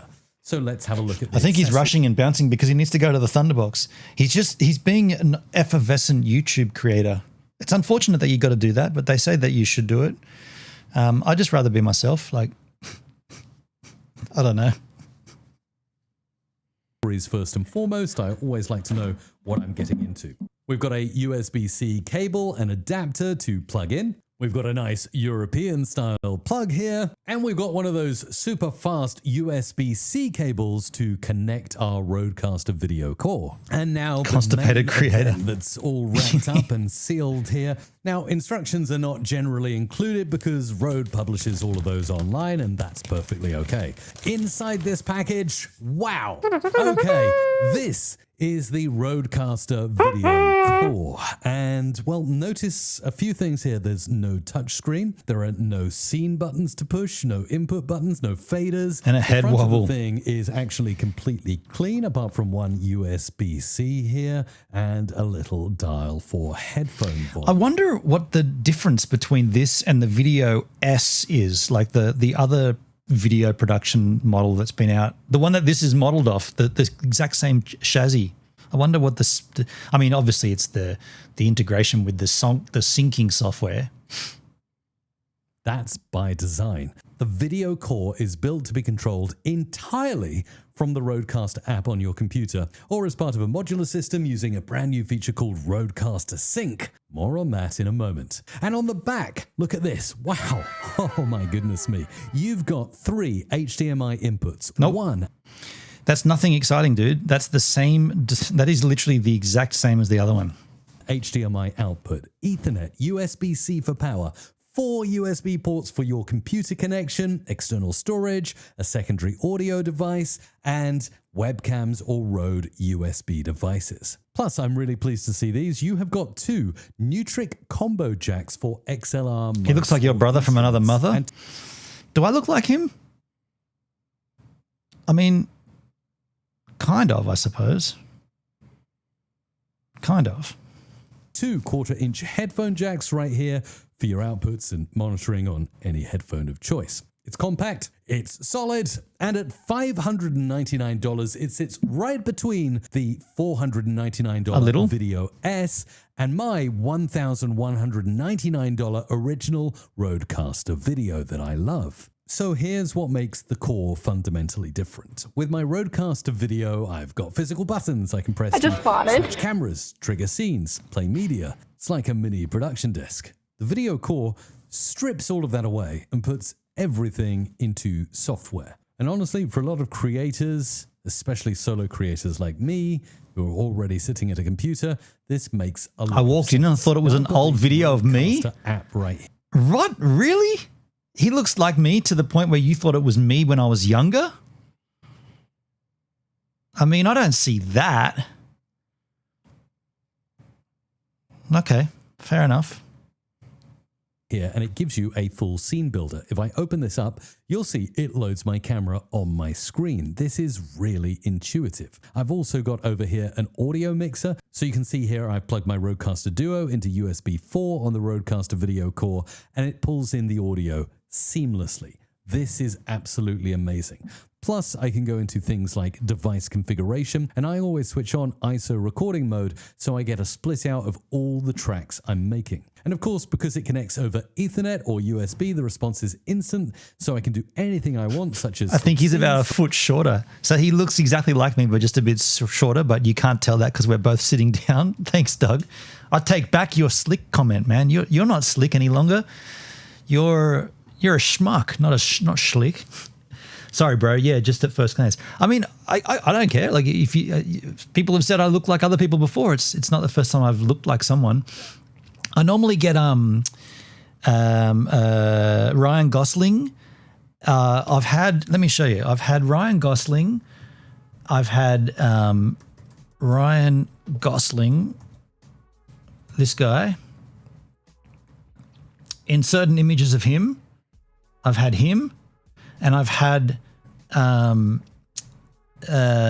what's the dude's name that used to have that family vlogging channel, was big with, his catch slogan was smile more. Roman Atwood. This guy. Images. Oh, another person. What was the other dude? There's another dude I get compared to. So I've had this guy insert like that image. I think AI is going to be very dangerous. Helpful. Interesting. Interesting. Yeah. Roman Atwood. For sure. When we were younger, not that young. Anyway. I digressed. Helpful. Interesting. From my camera to my screen recording and back, I can make audio adjustment levels by going here. The one you're playing now is best match, even the short. Okay. Okay. Well, I need a little building up here, not tearing down. I've had a tear down last year. I think I need to be built up here, folks. Not. Actually, I'm okay. I'm being silly. Faders up and down for different channels, just as I wish, and everything is done instantly. Now, if you love hands-on control, RØDECaster Video or Video S will be for you. But now, if you like hands-on control or hands-on control, RØDECaster Video is going to be for you. If I start bouncing around, is that giving it more? Is that worse for me or better for me? if you're already working here and you've got something on your screen, having a piece of software... You're way better than they are, Gibbs. We love you. Thank you, man. Thank you so much for that. Yeah, I'm feeling the love. I'm feeling the love. Kind of. And you spelled that wrong, Doug. It's shit. I believe it's with 2 S's. I think I called it it's shit. It's shit, man. Yeah, it's shit, man.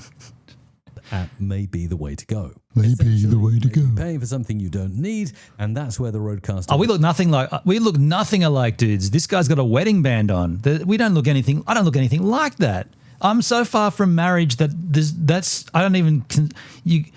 no way you could mix us up because of that one wedding on that left hand wedding ring finger.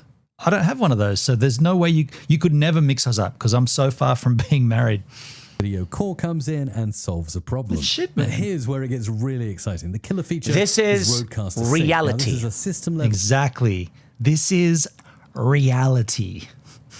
feature that lets you essentially connect your RØDECaster Video Core to your RØDECaster Duo with a single USB-C cable, and then they become one unified production unit. So my RØDECaster Duo can control scenes, audio, and everything on the Video Core, handling video right from the RØDECaster Duo, which is absolutely insane. Connected together, they share audio mixing, recording, hands-on control of everything, and it's all done from the physical touchpads of my Duo. Even those touchpads are enabled with new functions that control the scenes, which is incredible. It's basically the setup I've been dreaming of, and I'd already been using my RØDECaster Video and Duo together, but that was a manual connection. RØDECaster Sync basically makes it seamless. Plus, what a beautiful group of people you are. You are good. I wish I looked like you. I wish I looked like you. His forehead is square like Herman, so you're good. He has a square.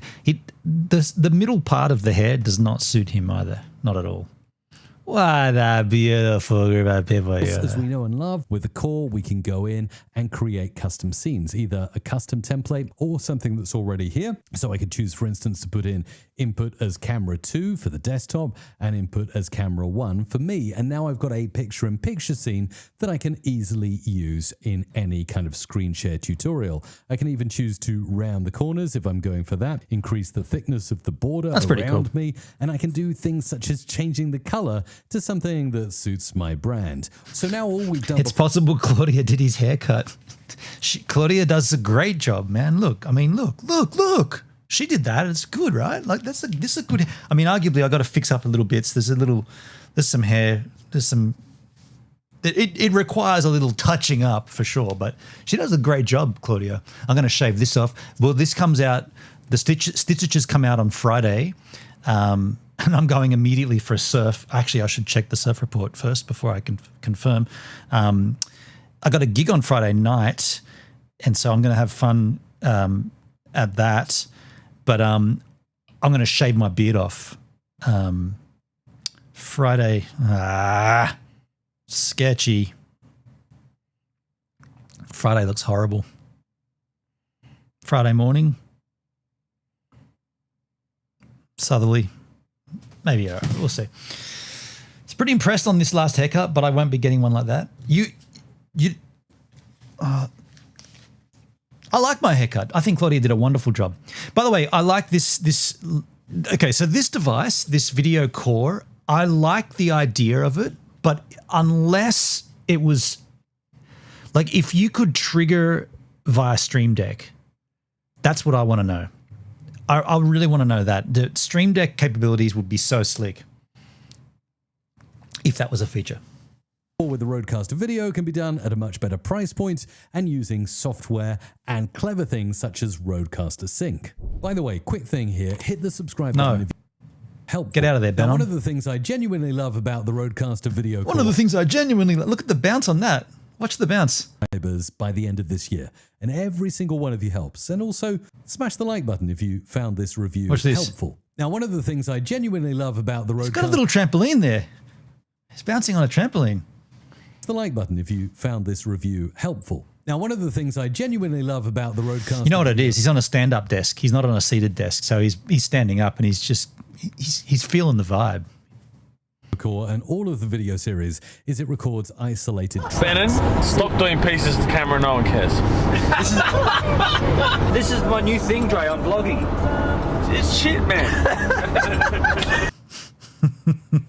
Nice. You'll see here some of the video I've been recording has been isolated out into camera 1, camera 2, which is my desktop, and a mix of both, which is me picture-in-picture on the screen share. Now, what I can actually do is use a tool like Riverside to click upload and drop those isolated tracks, drag and drop like that. Now, very important here, we'll tick to say these are different participants from the same recording session, so it knows to synchronize everything, and then we'll upload. The audio and video are already in sync. That's what the RØDECaster Video Core did for me, and now we'll see how we can mix this all together in a tool like Riverside. And now look at this. The 3 tracks from my RØDECaster Video Core are all imported into Riverside. I am ready to edit. But what's more, if I don't feel like editing today, I can click the Made For You tab here. It's going to take me into a section of Riverside where this has already been edited. So what he's explaining there is the EDL output. It's always a good time on a give stream. Thank you, Netsky. Thank you, man.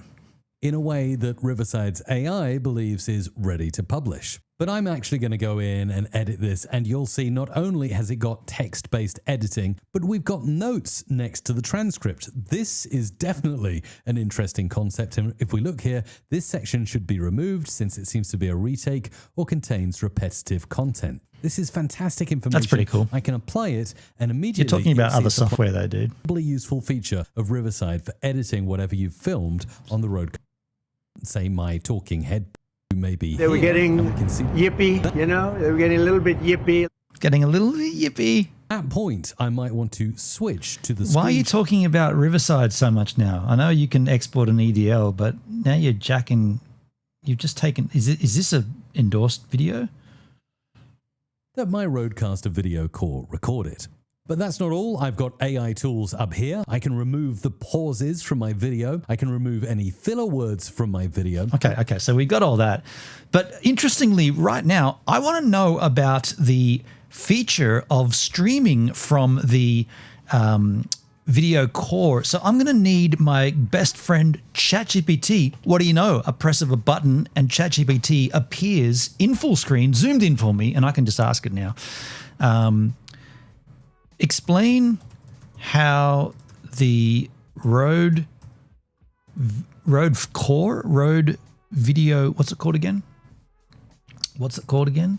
The RØDECaster Video Core. RØDECaster Video Core live streams.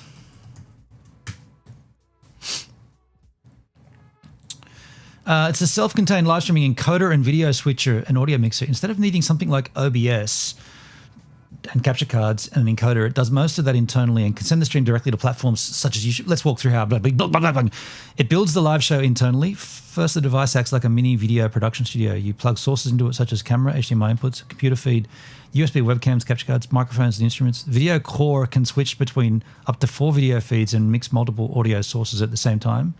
You then create scenes and layouts. Full camera, picture-in-picture, split screen, camera graphics, lower thirds. Those scenes can be switched live during the show, similar to how broadcaster switches work. Yes. Mixes audio and video into a program feed. Internally, the device combines everything into a final program output. Scene switching graphics, yep. The hardware uses dual processing engines, meaning you can preview one scene while another is being sent live. It's the same workflow as an ATEM switcher, but integrated with a full audio mixer. It encodes the stream itself. Once the program feed is created, the Video Core compresses, which is encoding the video for streaming. It uses RTMP, RTMP-S streaming, which is standard protocol. Okay. So no one explained that. Encoding happens inside the hardware, so your computer doesn't need to run OBS. That's pretty rad. It sends the stream over the internet. To actually broadcast, connect the device to the internet via Ethernet. Create a stream profile in the RØDECaster app. Okay, nobody showed us that, but that's obvious. Enter the server URL into the stream key. Press go live on the device. That's it. Optional, record at the same time. While streaming, it can also record the show to USB storage. Yes, that's cool. Alternate workflow, send it to OBS. You don't have to stream directly. The Video Core can also output as a UVC webcam device, meaning your computer sees it like a camera. This is what I was saying before. If you wanted to add, 4 more cameras to my layout, get that device, send the information out as one file, as one USB-C output into my laptop, and then you get another source. Yeah, the workflow could be Video Core, USB, OBS stream. People do that if they want overlays, chat widgets, alerts, more complex graphics. It's interesting you could stream straight to Beam from that. Yeah, Netskis, any encoder and any software or any hardware encoder has the ability to put an RTMP feed into it and send the signal out. That's how I go live IRL from in the field. I take my live view solo, and in the output of that, I put the Beam ingest. You can do that with every encoder. It's no different. The thing that I want to know, though, what about bitrate selections? What about bitrate selection?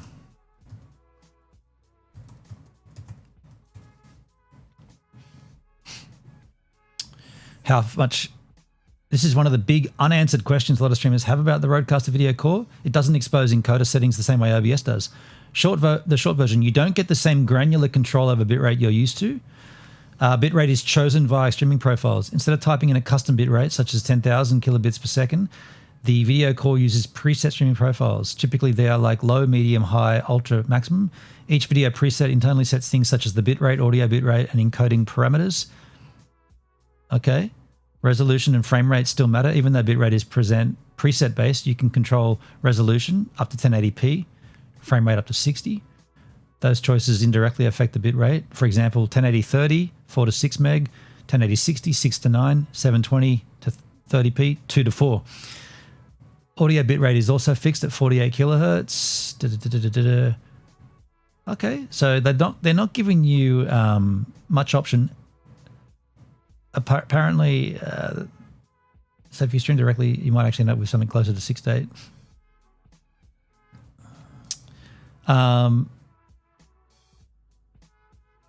Yeah. Okay, so let me just ask this one other question. I want to ask about Stream Deck integration. Tell me about Stream Deck integration for things such as switching cameras.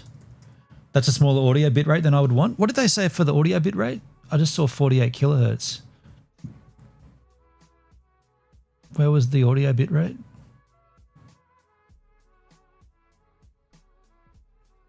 So hang on, what are you streaming? 44 and 48 seem to be the two standards, aren't they? What are you streaming? Tell me about Stream Deck integration for things such as switching cameras. You do 96? Wow. I mean, I'm streaming at 44, I believe. Let me just verify that. I'm streaming at 44. Yeah, I'm streaming at 44. That's the sample rate. That's not the bit rate. That's the sample rate, though.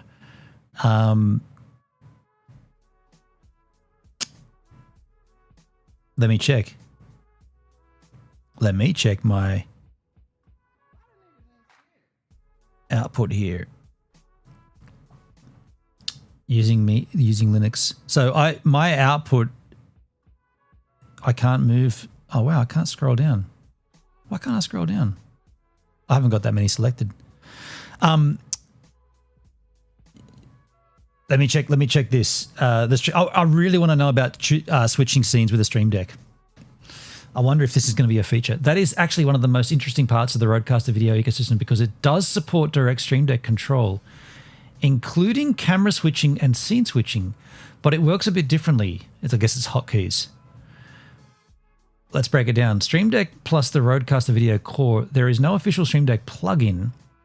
Rode has released a dedicated plugin in the Elgato Stream Deck marketplace specifically for the RØDECaster Video series. Once installed, your Stream Deck can directly control the switcher. Important requirement, the RØDECaster Video Core and your Stream Deck computer must be on the same network. Yeah. Stream Deck plugin, local network. Yeah. No OBS or MIDI. What you can control from the Stream Deck, camera switching. You can assign buttons to cut directly to specific camera inputs. Okay. Pressing a button instantly switches the program output to that camera. Because the Video Core supports 4 simultaneous video inputs, those are typically the 4 button creators assign. Yep. You can switch between scenes, different layouts. Yeah. Host full screen, guest full screen, split screen. Yeah, cool. I think I was thinking of my ingest, not rate so much. H.264, 1080, 60, 1080p, 6 meg, 8 and 96 kilobits per second. Yeah, so 96 kilobytes per second is that your sample rate. That's the sample rate's the audio sample rate, 44 or 48 kilohertz, but the kilobits per second is, you're getting those mixed up. That's cool. Stream Deck can also trigger graphics, overlay, media playback. I mean, at this point, how this differs, Stream Deck OBS stream. Yeah. At this point, I would say this device, the Video Core, Now that I know that you can trigger it from a Stream Deck, it is very interesting in that that's going to give you... So right now, I've got the M1 Max MacBook Pro, and I've got a Magewell capture card, and I've got 2 Camlink 4Ks to bring in this camera and the reverse cameras, and I use the triggers are all done by the Stream Deck to trigger them. Right now, I'm triggering the reverse camera. I'm not doing it with my hands. It's an automated system that's triggered to that camera. Then it'll cut to this camera, and then it'll cut back to me. It's all done hands-free. You can do the same thing with the Video Core Plus, I think, no, the RØDECaster Video Core, and you can allow the Stream Deck to trigger it, and all it's doing is bringing in one video source into your laptop. So my point here, or what I'm getting at, is I'm not going to buy one, right? I don't want to buy one. I would like to try one though. I don't have the viewers that Rode would want. But then again, none of those reviews that we saw. See, I'd like to try this. I'd like to get that device and set it up to take away all those inputs and just use it. But I'm not really interested in doing that just for my own shits and giggles, because I've already got it working. It already works perfectly here. And I'm going to upgrade my laptop anyway. It's less workload on your laptop is all I see. That's exactly what I've seen, Netskis. And like I said at the beginning of this stream, it feels like it's either one or the other. Like when you start your production setup, if you wanted to go down that avenue, that's a good way to do it. If you don't want to and you want to go the old school with the HDMI captures and whatnot, then go the way that I've done it. Laptops are way more powerful than they ever have been. You're getting a lot more bang for your buck in these Apple processors, the M1s, the M4s and whatnot. But if you were adding more to your system, that's one way to do it, via that hardware device. If you're already in the ecosystem with the RØDECaster Pro 2, which I am, it's covered in dust. It's covered in dust, even though I did buy the additional $75 plastic case for it. It still gets dust in there somehow. The only time I don't have the case on is when I'm streaming, and there's still dust everywhere.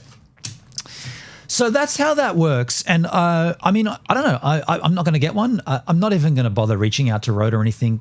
Not that interested. I mean, sorry, I am interested, but it is a thing, right? It's a thing that's out there.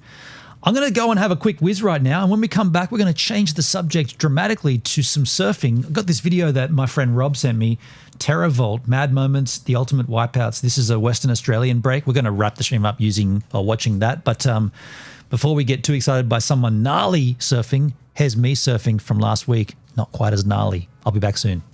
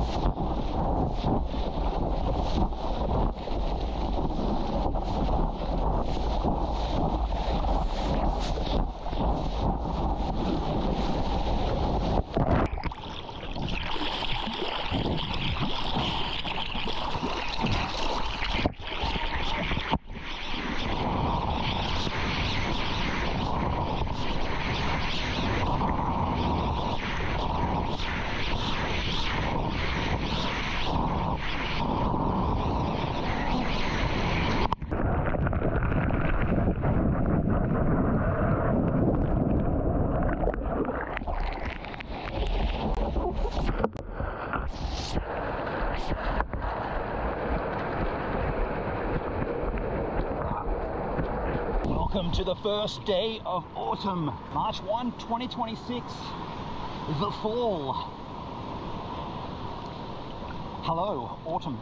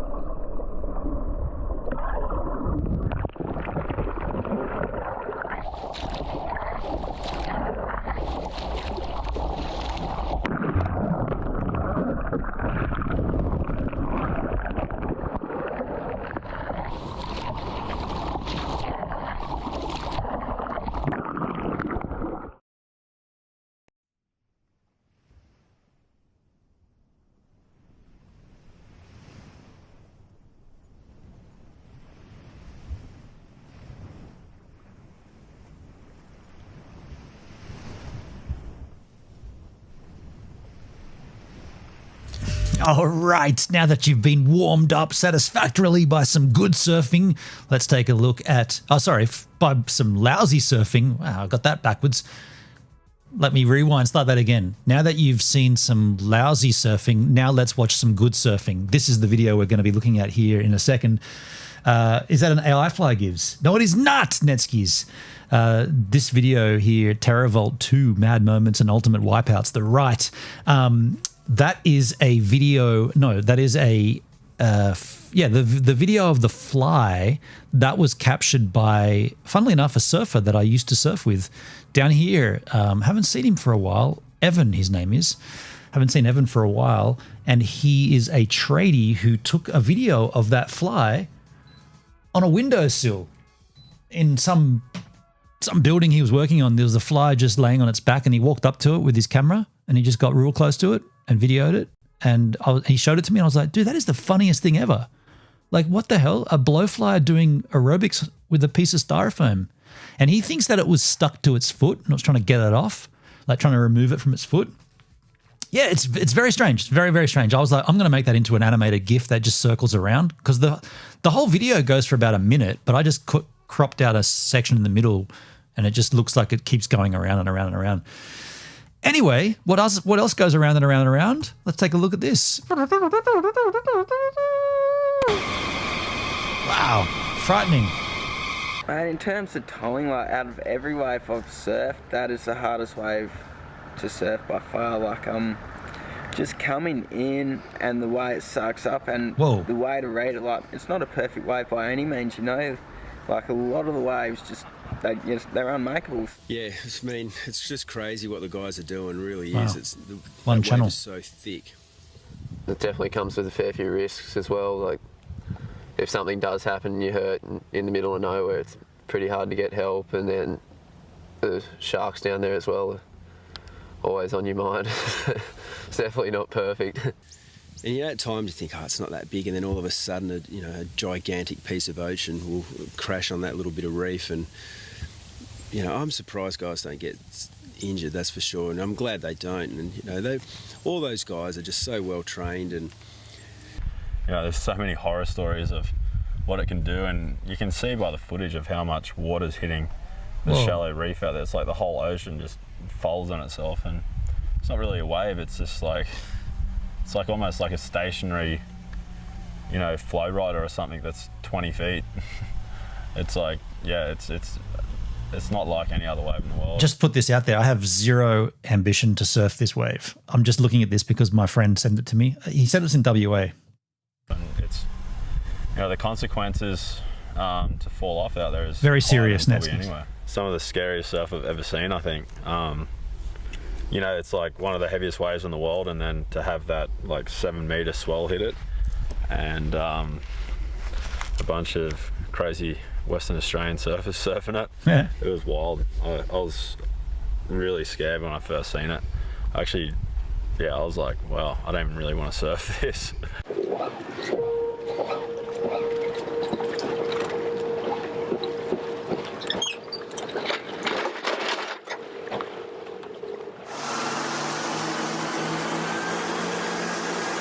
I bet you don't want to be underneath it. Hell no, you don't want to be anywhere near it, man. This is as close as I want to get, just watching it.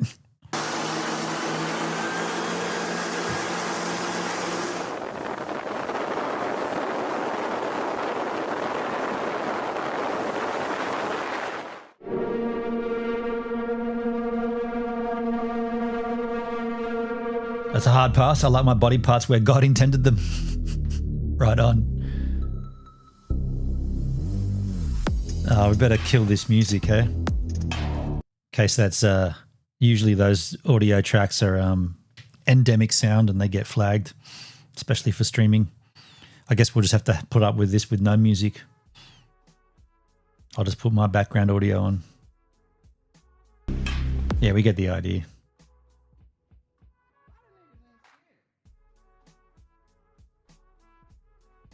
Wow. Hectic.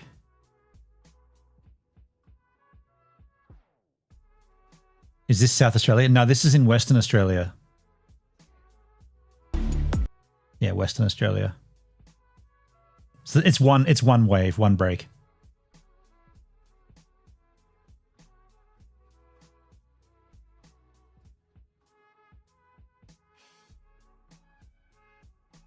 She, yeah, hectic, huh? Oh, he's up high. Oh. Damn. Shundered.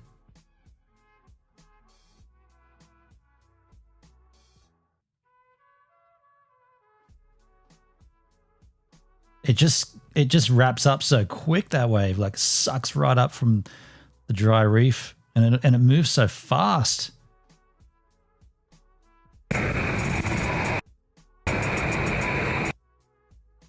No one was riding that one.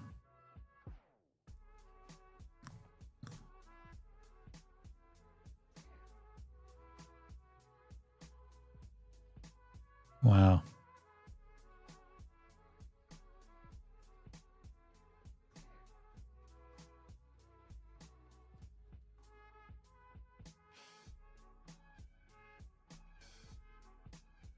Whoa. Oh. No. He hung on to that as long as possible. Look how quickly it's just sucking up behind him.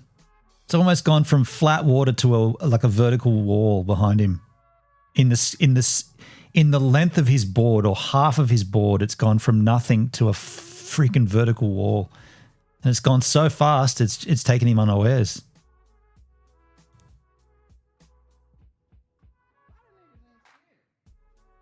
Oh, that's hectic.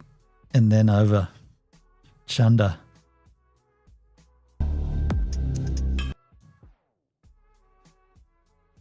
Oh, backdoor in it. Just made it. Oh, he's going to make it. Dude, he got so close to getting nailed on that. Did he make it? He made it, yep.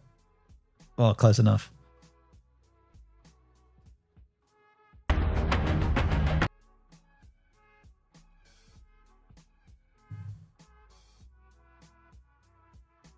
Wow. That is a thick slab of H2O.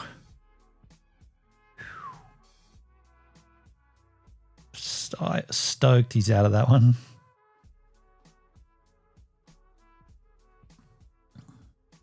Oh, he's going to backdoor it. Oh, no, you're not going to make that. Oh, shit. Oh, dude, that was so far back. Dude, even trying at that point. Look, oh, that's frightening. I think he knew he wasn't going to make that. He's like, I'm going to backdoor this one. Get in there. It's just gone so fast. Look at this. It's right about then he knew he fucked up. And then it's sucking up so quick. Wow, he's in the foam ball. Ouch. That's a better position. It's gonna suck. Oh, there's a dude in there. What the hell? There's a guy closer in. Who's that right on the inside then? Should have gone left, Netskis. How's there a board just there? Is that someone trying to duck dive? How's there a board there on the right hand side? Where's the person? Take nature seriously or learn well the phrases of what wise Master Yoda would say. Around you fuck, found out you did. Yeah, fuck around and find out. How come there's no one? Someone's caught on the inside there. You don't see them at all. But there's a person. Where's my mouse? There's a person just here somewhere. Well, at least their board is. I guess. Oh, there they are. You can see them. See them here. They've duck dived or they've evacuated their board. I guess no leg rope, no leash because it's so far away apart. They just ejected and tried to get under that wave. Yeah. Do we see them at all? We see the splash that they made. We should see them. We see the splash that they made, this circular splash here. I'm assuming that's them.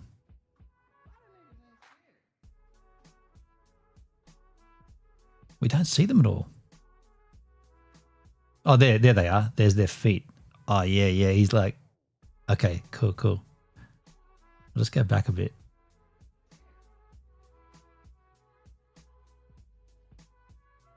Okay, so we just catch him there. Oh, dude. Imagine being this person here. Imagine being that person there and that. Okay, so this dude arguably would be. I have a sound pad clip of that saying if you want.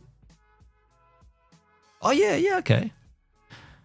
Imagine, so this dude's probably 6 feet tall, right? So he's arguably crouched over a bit. So where my mouse is, that'd be 6 foot. Let's give it a bit. Let's say it's 6 foot. So 6 foot, 12 foot. You're looking at least 15 foot, a 15-foot slab of water, and it's all coming at you. This guy's having an absolute shocker. Just trying to dive as deep as possible, but he's still going to get sucked over the falls. Look at that. Oh, no. He got sucked over. You'll probably see him pop up at the top here somewhere. Didn't see him. Dude, that's a heavy wave too. Holy crap. I didn't even watch the surfer. I just watched the other guy in that instance. Frightening. More music. Shunded. You're out of there.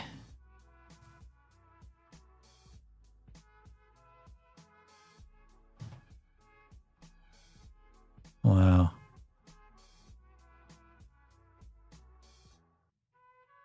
Oh, what's going on here? There's more than one person cracking it? How did that happen, dude? How do you tow in two people at the same wave like that? What on earth are you dudes doing? That's death, man. Like, you can't mess around on that wave. Why are there two people towing in? Eject. Please tell me he ejects. Yes, he's ejecting. Good on him. Far out. I miss where this is. This is not Fiji. This is Western Australia.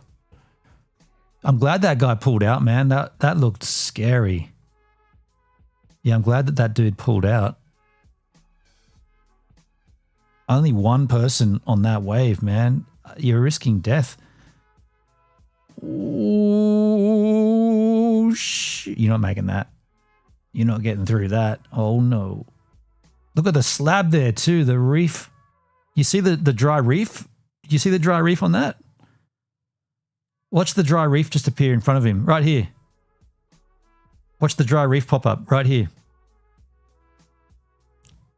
Bam. Ouch.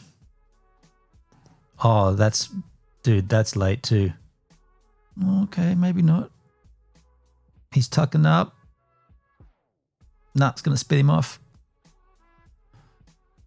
Damn.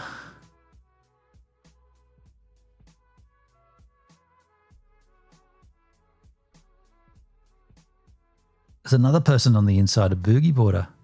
And down you go. Ouchie mama. Oh, shit. I didn't even see that. Oh, horrible way to go.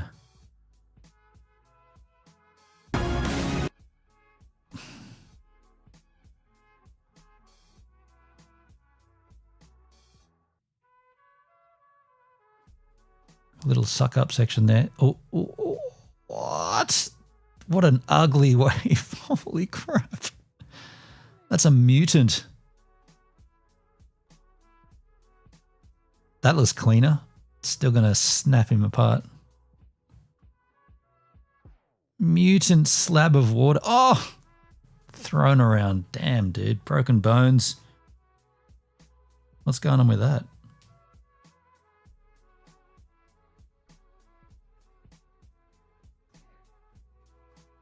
Oh, the jet ski. Are you kidding?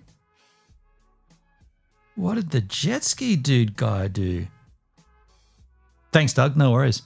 What happened here with the jet ski? Oh, he left it too late and it sucked up on that side. Spewing.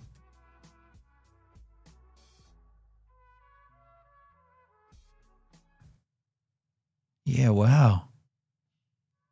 Oh, he's trying to outrun it now. Oh, man. That could have been a lot worse.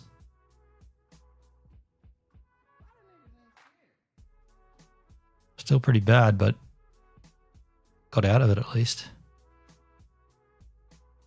Relatively unscathed.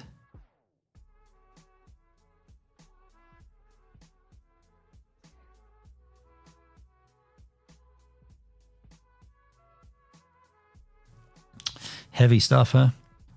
Like I said, I've zero ambition to surf these waves, but I like watching it. It's giving me a headache though.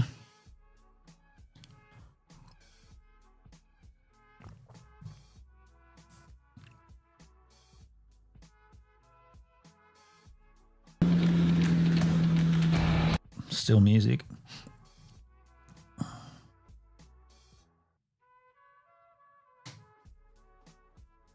It's just that section where at the end where it really starts ripping up quickly. Seems to get everybody. Gee, that jet ski was pushing it. Oh! Damn, dude. Ouch. Tumble, tumble, tumble.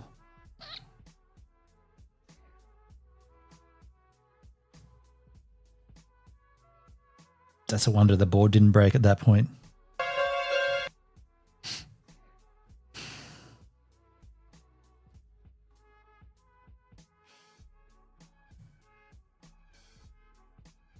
Okay, thanks. Thanks, Paul. Oh, I missed that. Thank you, man. I'll check it later.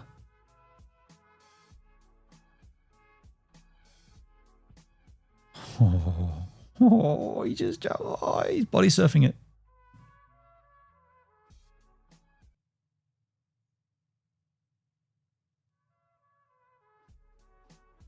Oh, no. Damn, caught him on his inside. Oh, that's going to be late as, dude. Holy crap, you're going to get that on the head. That section's coming. No way he's going to make that. What? Wow, that was pristine. I thought he was way too late. Got lucky the lip didn't come down further across.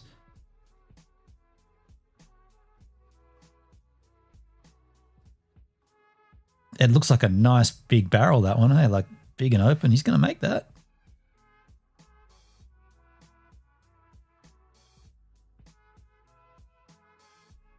Yeah. Sick. Uh-oh. So this is with a longer lens from the other side. Get a full perspective. Uh-oh. Oh, he's a cameraman behind him. Wait. Who are the two here? Taj Burrows and Mark Matthews. Yeah, right. So cameraman and a well-established surfer. I don't know if I'd like to be the cameraman. Holy crap, dude. You're both out of there. Show us the footage. Did you get the clip? No.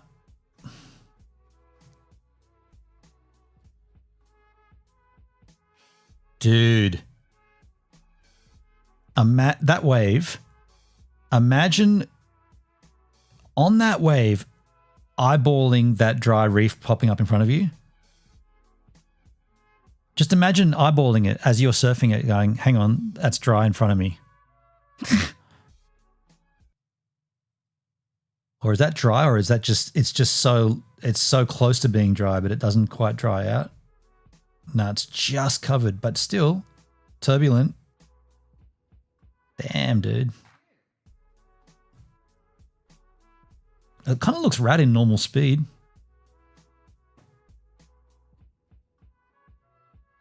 Oh, you want to be off the leash? Oh, you snappage. Wow.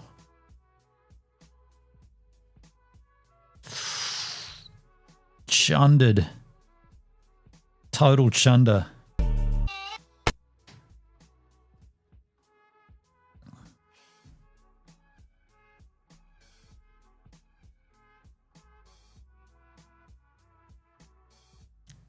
Wow.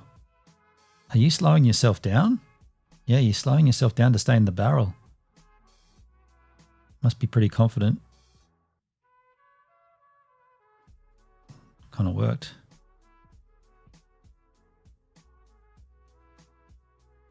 What?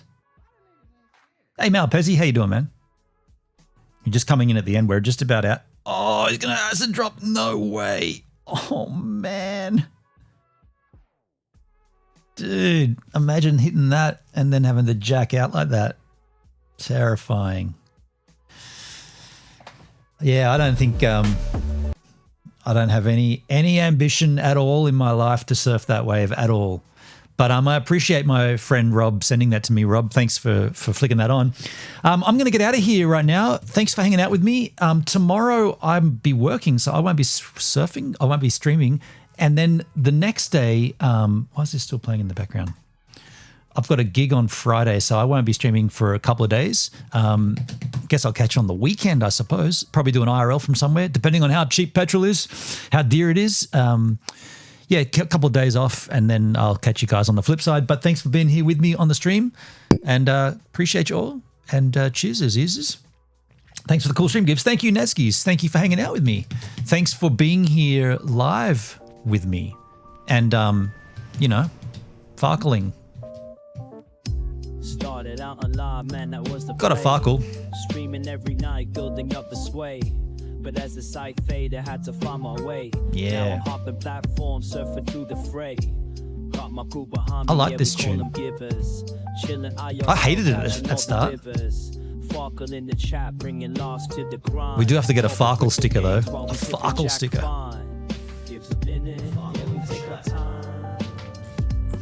Whatever the hell that... I don't even know what farkle means. Maybe we should dedicate an entire stream to farkling. Farkle in the stream. Yeah. New Zealand's vibe, surfing waves day to night. Always looking for the next thrill, that's where I ignite. Community so solid, always shining bright. Farkle. Rolling deep and cruising.